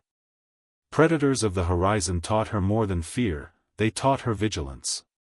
She learned to read the signs of their presence, the silence of birds that usually chattered, the sudden stillness of rodents, the way herds shifted uneasily in the distance. She learned to move with caution, to keep the wind at her back when possible, to choose her campsites carefully where sightlines were open. She became more animal herself, guided not by reason but by the primal rhythm of survival. Yet alongside fear, there was awe. To see these creatures was to see power unfiltered, life in its sharpest form. They were not cruel, they were necessity embodied. In their presence, she understood something profound, that she, too, was predator and prey, no different in essence, only in scale. Her knife was a fang, her courage a kind of roar. She belonged to the same law that bound them, kill, endure, or be killed. One night, as she sat beneath the stars, listening to the distant chorus of wolves, she felt a strange kinship with them. They, too, were wanderers, bound not to one place but to the endless hunt. They, too, lived in the tension of hunger and survival. And though their teeth might one day end her, she could not hate them. In their eyes, she saw not enemies but mirrors, reminders that the steppe belonged to no one, not her, not them, but to the endless struggle itself. Predators of the horizon shaped her in ways no story by the fire ever could. They stripped her of illusions, forcing her to stand raw against fear. They pressed her closer to the truth of existence, that life was fragile, always contested, always pursued. And in facing them, she did not shrink. She grew sharper, fiercer, more alive than ever before. For every time she felt their eyes upon her, every time her heart raced with the knowledge of danger, she also felt her spirit harden into resolve. She would not vanish easily into the grass. If she was to fall, she would fall as part of the great rhythm of predator and prey, her story carried on the wind just as theirs had been for ages uncounted. For days she had walked through the endless waves of the grass sea, her throat dry, her skin scorched by sun and wind.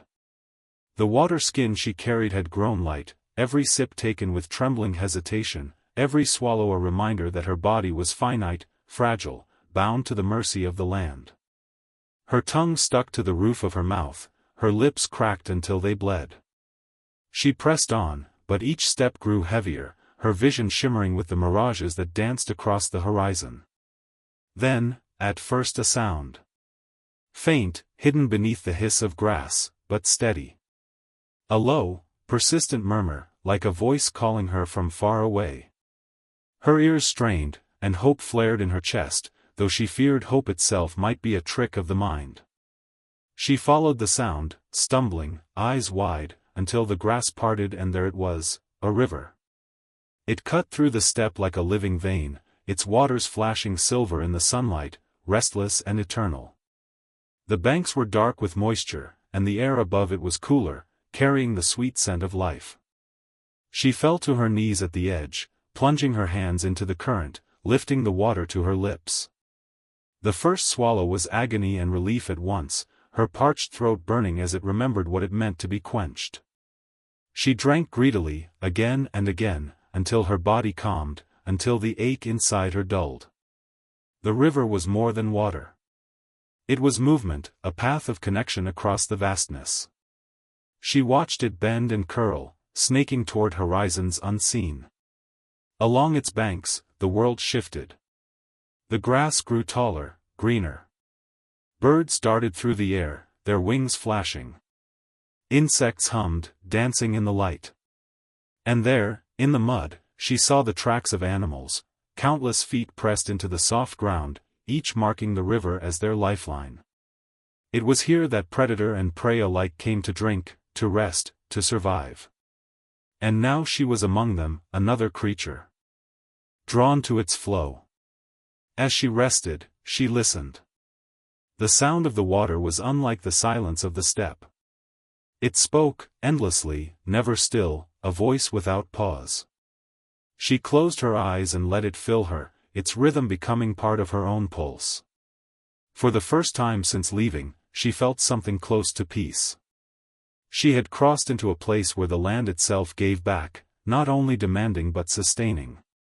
But the river was not without danger. She knew the same predators that stalked the grass would wait here. The trampled earth bore witness, the deep impressions of hooves, the wide pads of lions, the narrow tracks of wolves. At night, when she camped near the banks, she kept her fire small, hidden, her knife always at hand. She slept lightly, waking at every rustle, every splash. The river, though life-giving, was also a trap, the place where hunger gathered, where thirst made all creatures vulnerable. Still, she could not resist its pull. She began to follow its course, walking beside it as it curved across the land. The water became her compass, its presence a reassurance.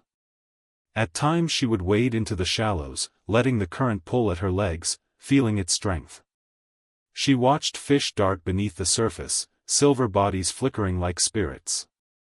She knew she could catch them if hunger pressed too deep, but for now she let them pass, marveling at their speed, their abundance.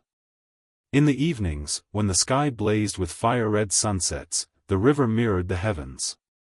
She would sit at its edge, staring into the reflection, seeing both sky and self entwined.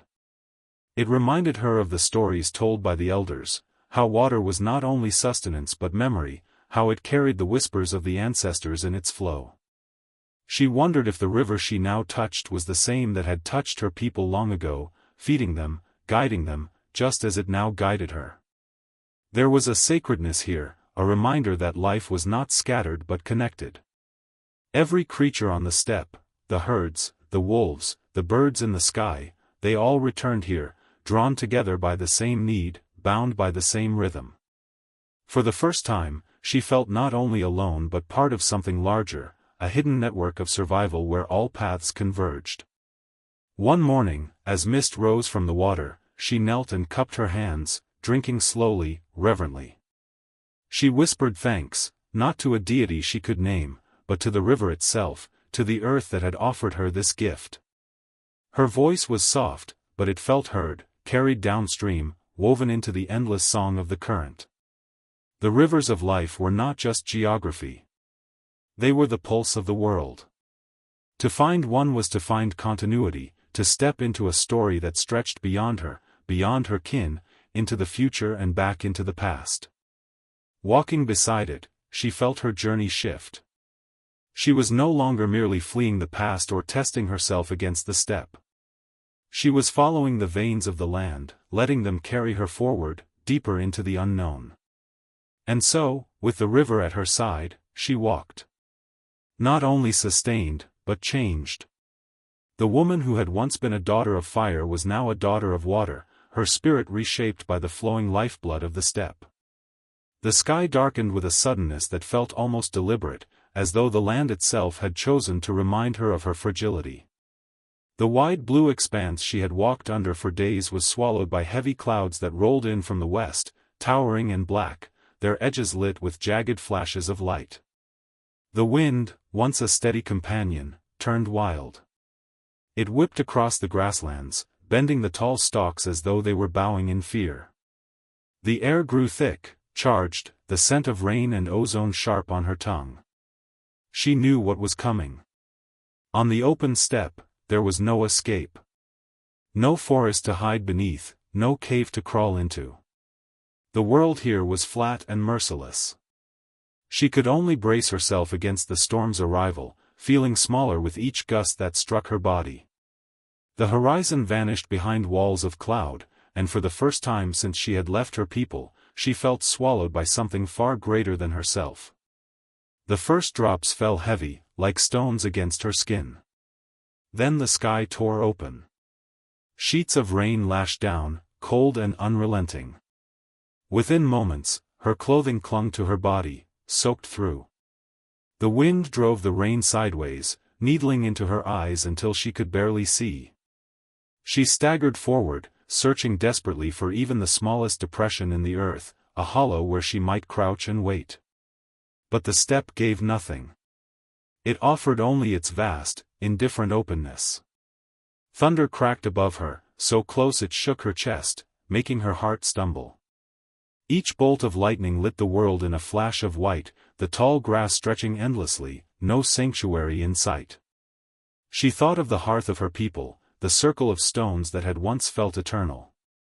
There, fire had always been her shield against the night, her guardian. Out here, fire was impossible. The rain smothered all sparks, drowned all warmth. She pulled the fur she carried tighter around herself, though it did little. The cold sank in quickly, a deep ache that spread from her fingers to her bones. Her body shook uncontrollably, teeth chattering as she pressed forward. Each step grew harder, heavier, as the ground turned to mud beneath her feet. She slipped, fell to her knees, and rose again, refusing to surrender. Yet in the chaos, a whisper of fear lingered, perhaps. This storm would be her end, not the wolves, not the hunger, but the sky itself. As she trudged on, she remembered the elders' words: storms were not merely weather, but spirits, wild, untamed forces that reminded humans of their place. In her village, they had watched storms together, huddled inside, telling stories of how the gods in the clouds waged war. Here, alone, she felt the truth of those tales. This was war, and she was caught in its path. At the peak of its fury, the storm became unbearable. Lightning struck so close the ground shook, a blinding white tearing the world apart for an instant. The sound came a heartbeat later, deafening, as if the sky had split open. She cried out, though her voice was swallowed instantly, carried away by the wind. She pressed herself low, crawling into the grass, her body trembling as she lay exposed under the raging heavens. Hours blurred. The rain did not cease, it hammered her relentlessly, drumming on the earth, on her skull, until her thoughts grew slow, fogged with exhaustion and cold. She wrapped her arms around herself, rocking slightly, clinging to her own warmth as if it were the last fire left in the world. She imagined herself as one of the small creatures that hid in burrows, curled deep beneath the earth, safe from this violence. But she had no burrow. Only the grass, flattened around her by the storm's fury. When at last the storm began to ease, it was not mercy but exhaustion that left her trembling on the sodden ground. The rain softened to a drizzle, the wind weakened, and the thunder rolled farther and farther away. Slowly, she lifted her head, hair plastered to her face, skin numb and raw. The clouds broke apart, revealing slivers of sky, and there, faint, almost fragile, a rainbow arched across the horizon. She stared at it with hollow eyes, too drained to feel wonder, yet something inside her stirred. The storm had passed, but it had left its mark. She was drenched, her body stiff, but she was still alive. The rainbow, fleeting and delicate, felt like a reminder: the land would break her, test her, strip her bare, and still, if she endured, there would be light afterward. That night, when she finally found dry ground to sit upon, she lit no fire. Her hands were too weak, her body too spent. She curled into herself, the memory of thunder still rumbling in her chest, and closed her eyes. The storm had shown her something essential: out here, she was not the master of her path. She was not the daughter of fire, nor of water. She was only a guest in a vast, untamable world, at the mercy of forces she could never control. But she had survived. And survival, on the steppe, was victory enough. The steppe had taught her many things: patience, silence, how to read the language of wind and grass, but nothing prepared her for the wild hunt. It came without warning, a storm not of weather, but of living motion, a force that carried both awe and terror. She first sensed it far before she saw it, the ground thrumming beneath her feet, the air vibrating with a low, rolling sound. It was the sound of many hooves, countless and urgent, a rhythm that rose and fell like a living drumbeat. She looked up, scanning the horizon, and there, in the far distance, a great cloud of dust moved like a dark tide. At first it seemed impossible to define: a herd? A storm? Then the shapes began to emerge. Creatures, thousands of them, pounding across the steppe, their bodies lean and driven, manes flying in the wind. They were not one kind, but many: horses, wild antelope, strange beasts she could not name, all moving together in a single, relentless wave. Above them, birds wheeled in the sky, calling with sharp cries, as though heralds of this living storm. The wild hunt was no ordinary migration. Even after centuries, the echo of that first question lingers: why must we die? It is not merely a question of mortality, but a spark of human consciousness, a seed of curiosity and reflection that has been passed from generation to generation. The child who asked it, long ago, unknowingly planted a legacy that would shape storytelling, philosophy, art, and culture. Every time a child looks at the stars, witnesses the birth or death of an animal, or experiences the fleeting presence of a loved one, they carry within them that same impulse to wonder, to question, and to seek meaning in the vastness of existence. This legacy is visible in every ritual and story that humanity has created to grapple with life and death. From early ceremonies around fires to modern memorials, humans have always sought ways to honor what is gone and sustain what remains. Children learn through participation, observation, and imagination that life is fragile but precious, that absence is part of presence, and that memory has the power to transcend time. Each generation renews this legacy, reinforcing the connection between the living and the dead, and cultivating the human capacity for reflection, empathy, and reverence. The child's curiosity also nurtured imagination and creativity. Every myth, every tale of spirits or ancestors, every depiction of the natural and supernatural world can trace its lineage to that primal question.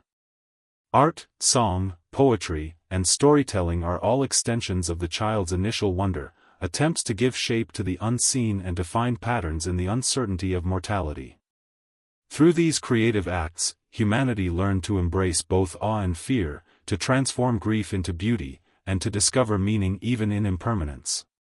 Beyond creativity, the legacy of wonder instilled moral and ethical insight. Observing life and death, participating in rituals, and hearing stories taught children to value empathy, kindness, and responsibility. The child who learns to honor memory understands the interconnectedness of life, the weight of actions, and the importance of nurturing both community and self. Wonder became a guide, shaping behavior and encouraging humans to live deliberately, to care for one another, and to recognize that every life leaves an imprint. This legacy is also philosophical. The question of mortality compels humans to confront uncertainty, to examine existence, and to seek answers that may never be fully attainable. In this pursuit, humanity has developed reflective thinking, moral reasoning, and conceptual frameworks that explore not only life and death but purpose, meaning, and the nature of consciousness.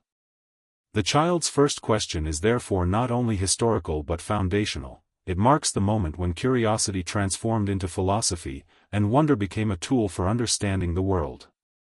Across time, cultures, and geographies, this legacy manifests in countless ways. From the intricate rituals of indigenous peoples to the solemn observances of modern societies, the impulse to ask, reflect, and honor persists. Children continue to ask questions that challenge the understanding of their elders, pushing humanity to reconsider, reinterpret, and refine its comprehension of life, death, and meaning.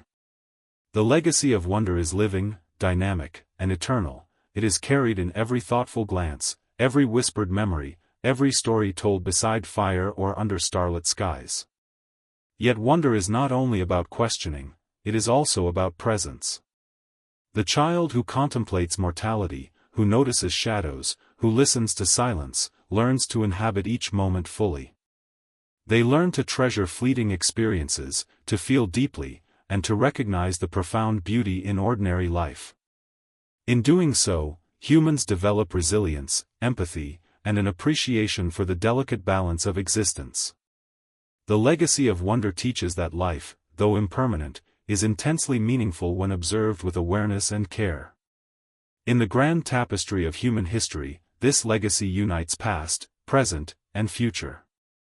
It links the first child who asked about death with every thinker, storyteller, and mourner who has followed. It bridges the silent grief of early humans with the reflective contemplation of modern society. It connects ritual, art, philosophy, and ethics, demonstrating that all human culture, at its core, emerges from the need to understand, honor, and find beauty in the finite nature of life. Ultimately, the legacy of wonder reminds us that mortality, though inevitable, is not the end of meaning. The act of asking, of observing, of remembering, and of imagining transforms impermanence into insight, fear into reflection, grief into connection. It is a legacy that empowers each generation to live fully, to honor the past, and to cultivate the capacity for empathy, imagination, and awe. The child's question echoes still, not as a final inquiry but as a perpetual invitation, to notice, to wonder, and to find meaning in the luminous and fleeting journey of existence. This legacy, carried quietly in the hearts of children across time, is the most enduring human inheritance. It teaches that life is both fragile and sacred, that love and memory can transcend absence, and that wonder, even in the face of death, is the true inheritance passed from generation to generation. It was something older, wilder, a force of nature in motion. She could not tell if it was predator or prey, or both, locked in a pursuit as ancient as the steppe itself. They moved with a purpose beyond hunger or survival, driven by something elemental, as if the steppe had given them a singular will. Watching them was like watching the land breathe, fierce and unending. Her heart quickened. To stand in their path was to invite death, yet to turn away was to deny the pull of the moment. She knew the steppe could claim her without warning, but there was a strange curiosity that pressed her forward. She lowered herself into the grass, hidden yet observing, her breath steady though her body shook. The wild hunt passed close enough that she could feel the vibration in the soil, smell the scent of sweat, dust, and wild freedom.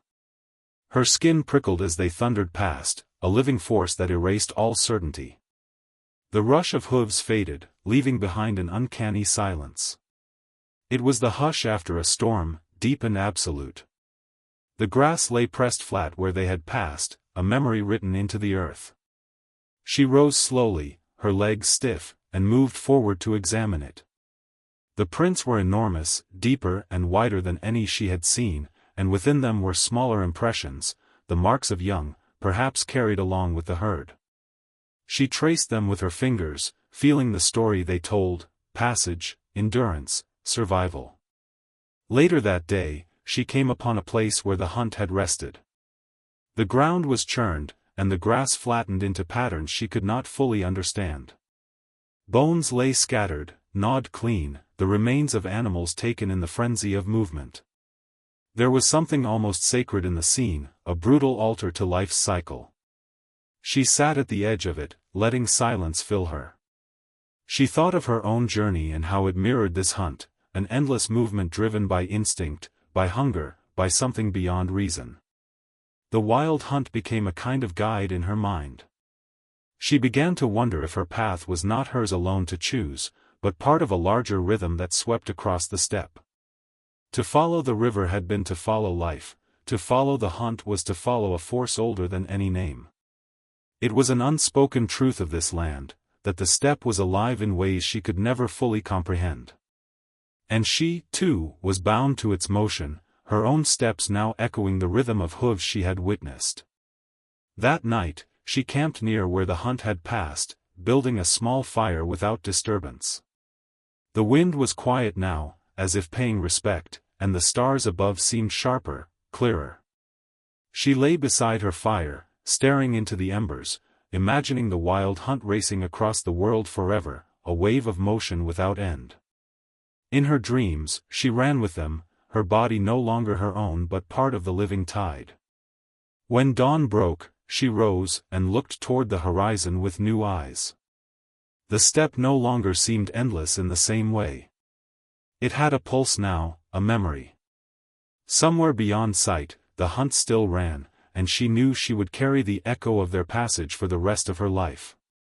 It was no longer just her journey, it was theirs too, a shared crossing into something wild, timeless, and forever beyond return.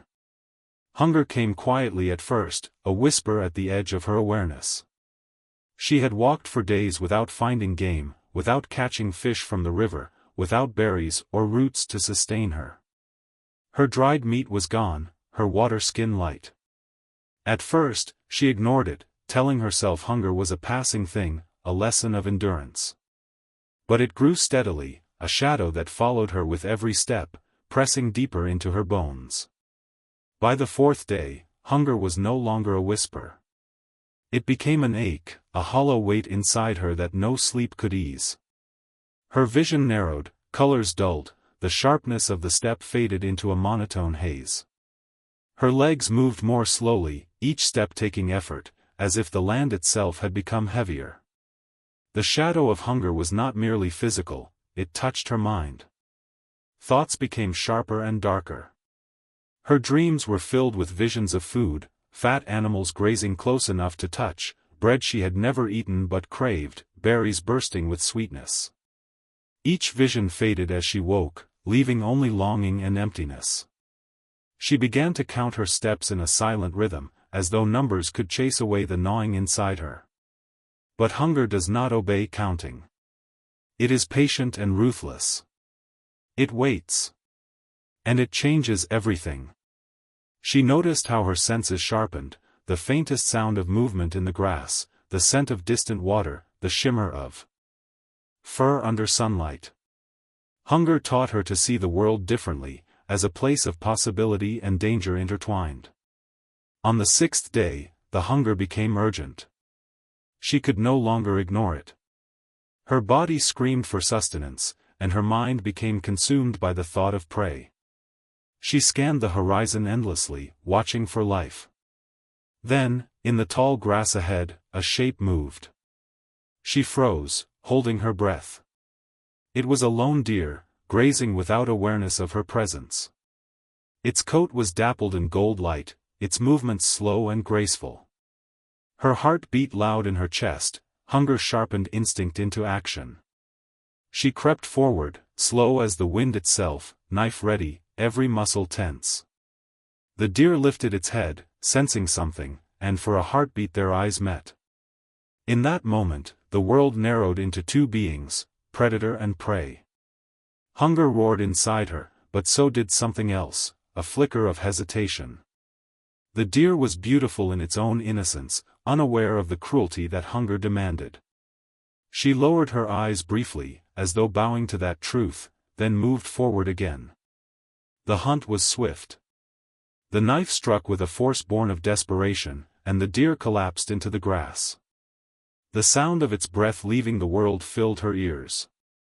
She stood over it, knife trembling in her hand, a wave of relief and sorrow washing over her. Hunger was fed, but at a price that echoed deep in her chest.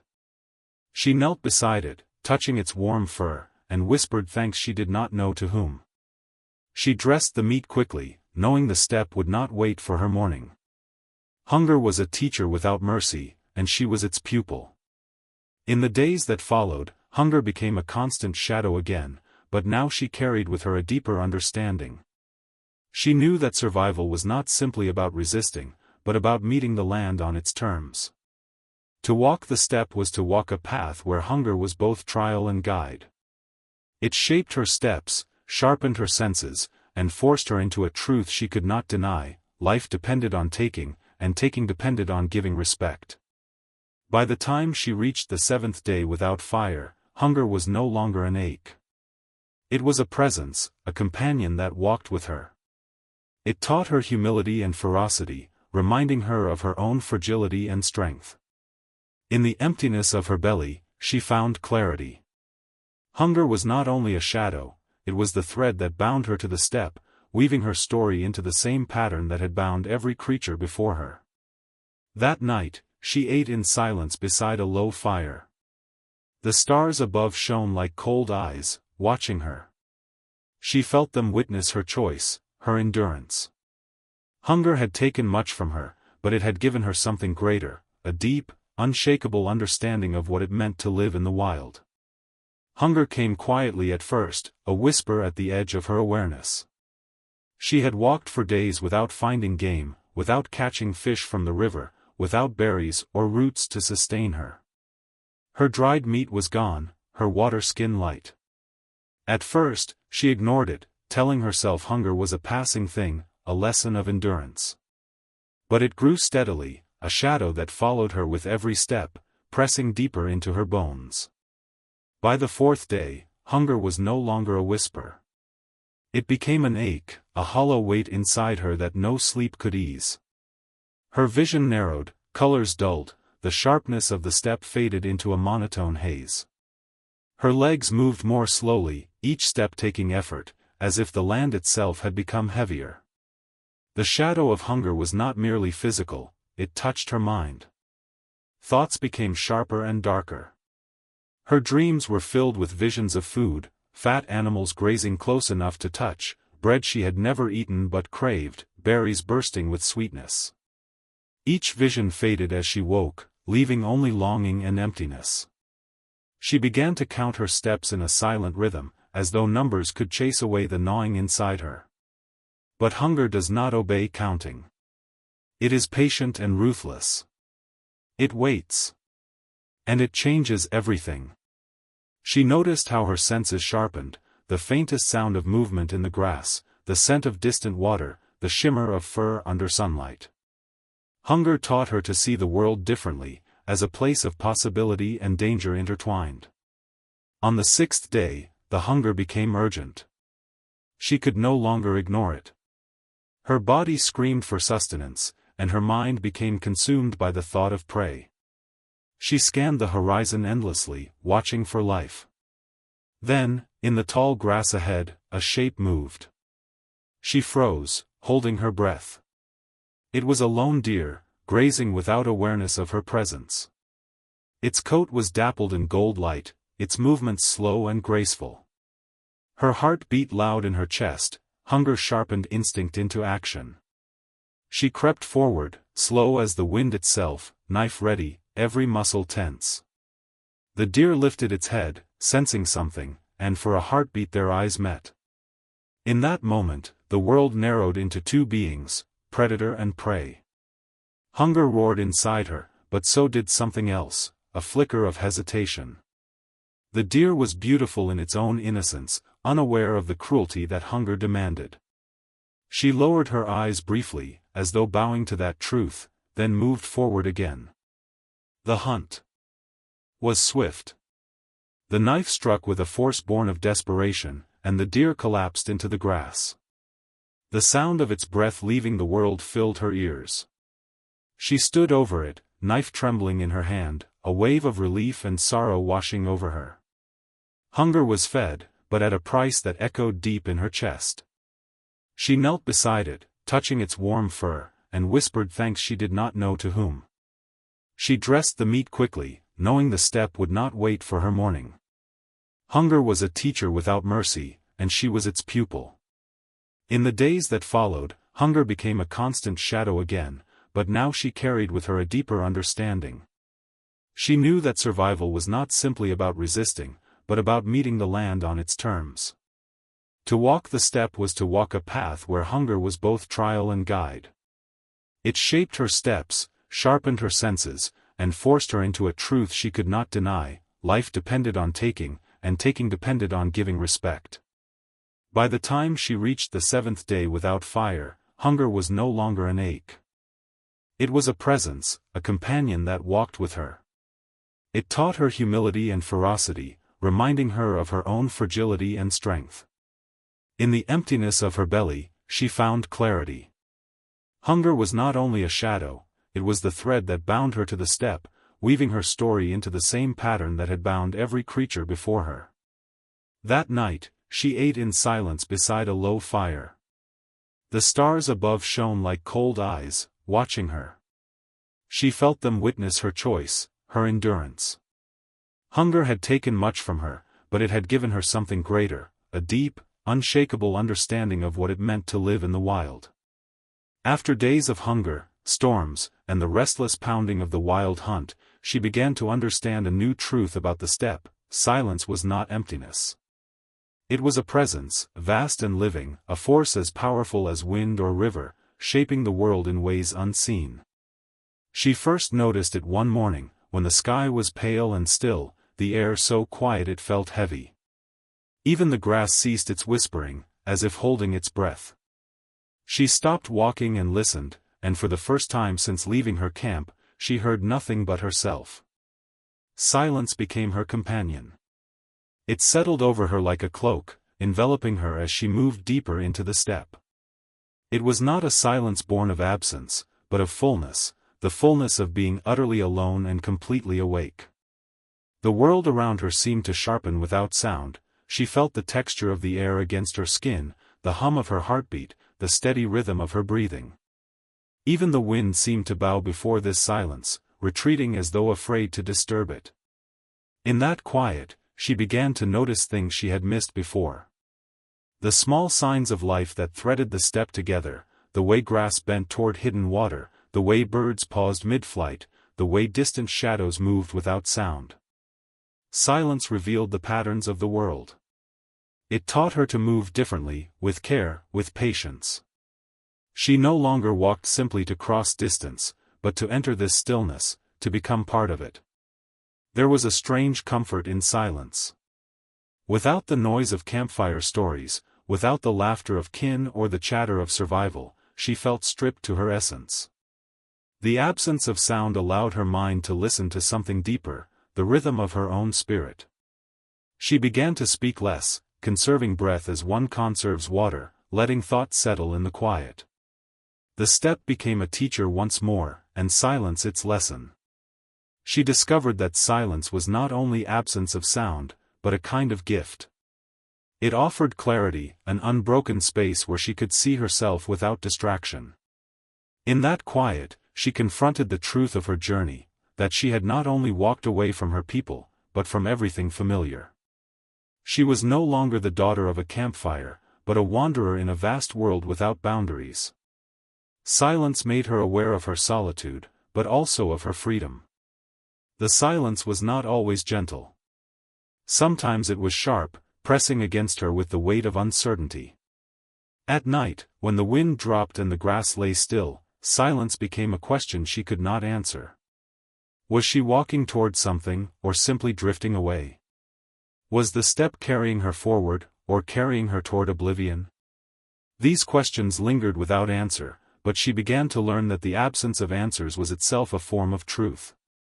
One evening, as she sat beside a low mound of earth and watched the sun fade, the silence wrapped around her like a living thing.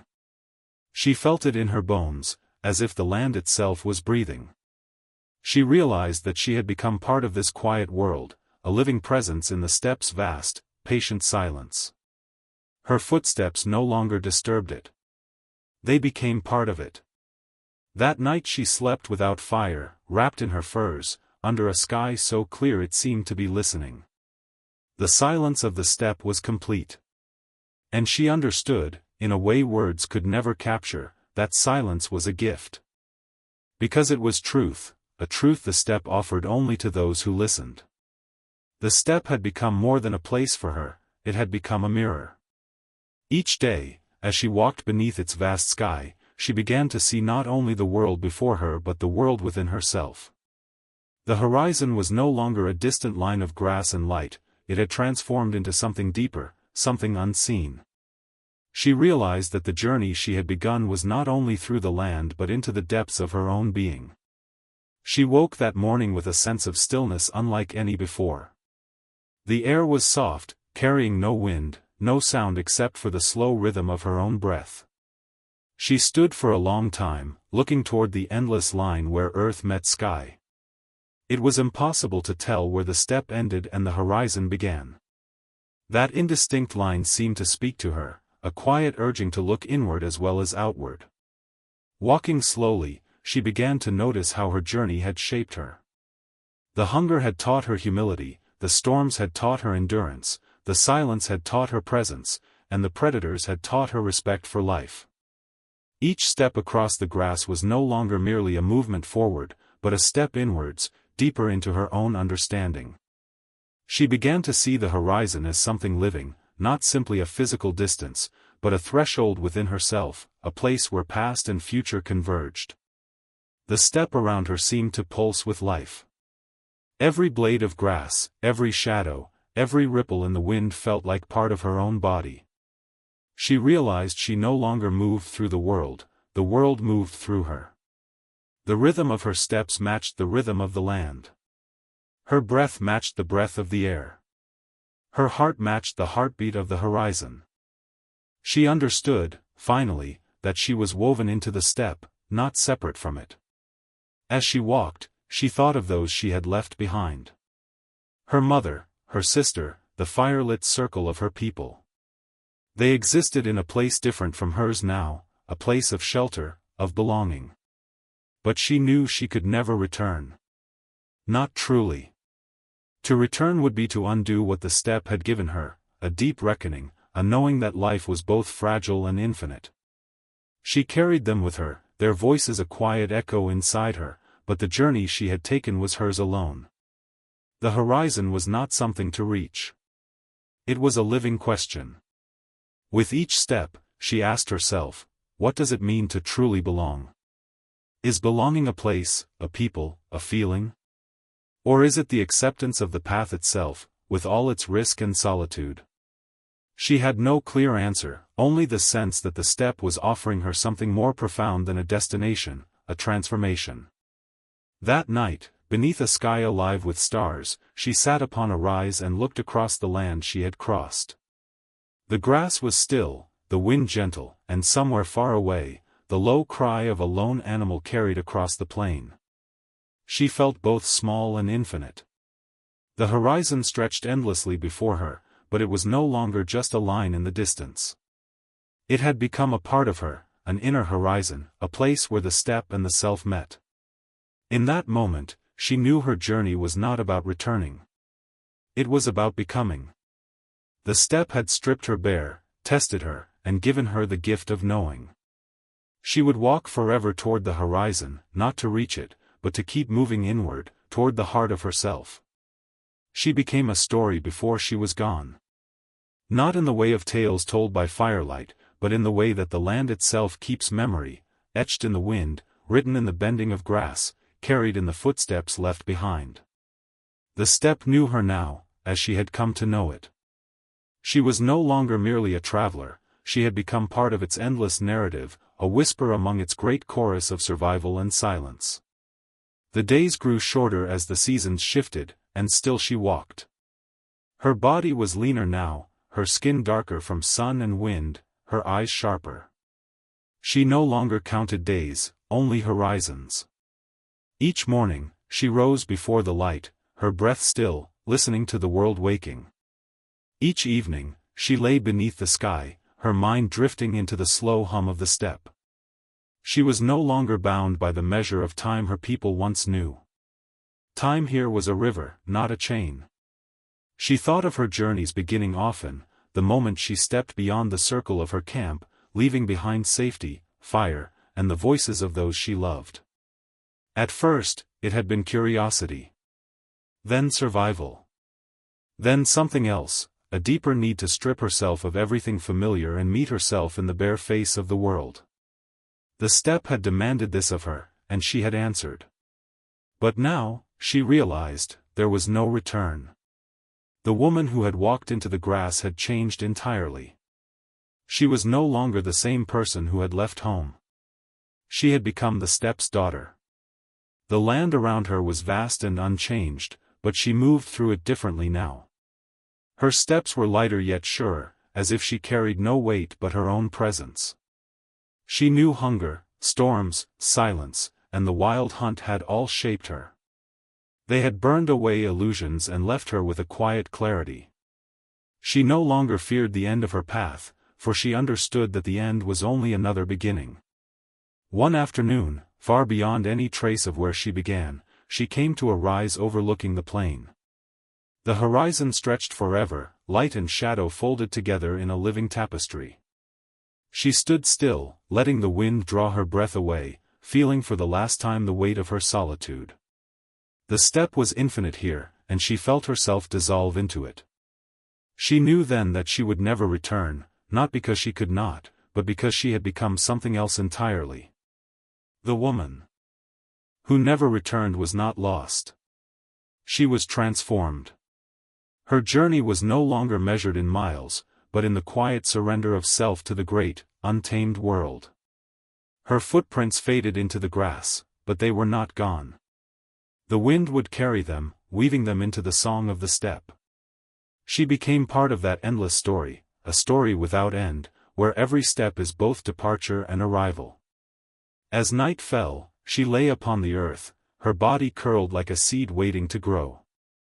Above her, the stars spread across the sky, countless and silent. The steppe held her in its vast embrace, and she let herself become one with it. Somewhere beyond sight and sound, her voice joined the great silence, a quiet answer to the question the horizon had always asked. She did not return, because she had found the place she was seeking, not in a destination, but within herself. The woman who never returned was not lost. She had become the horizon.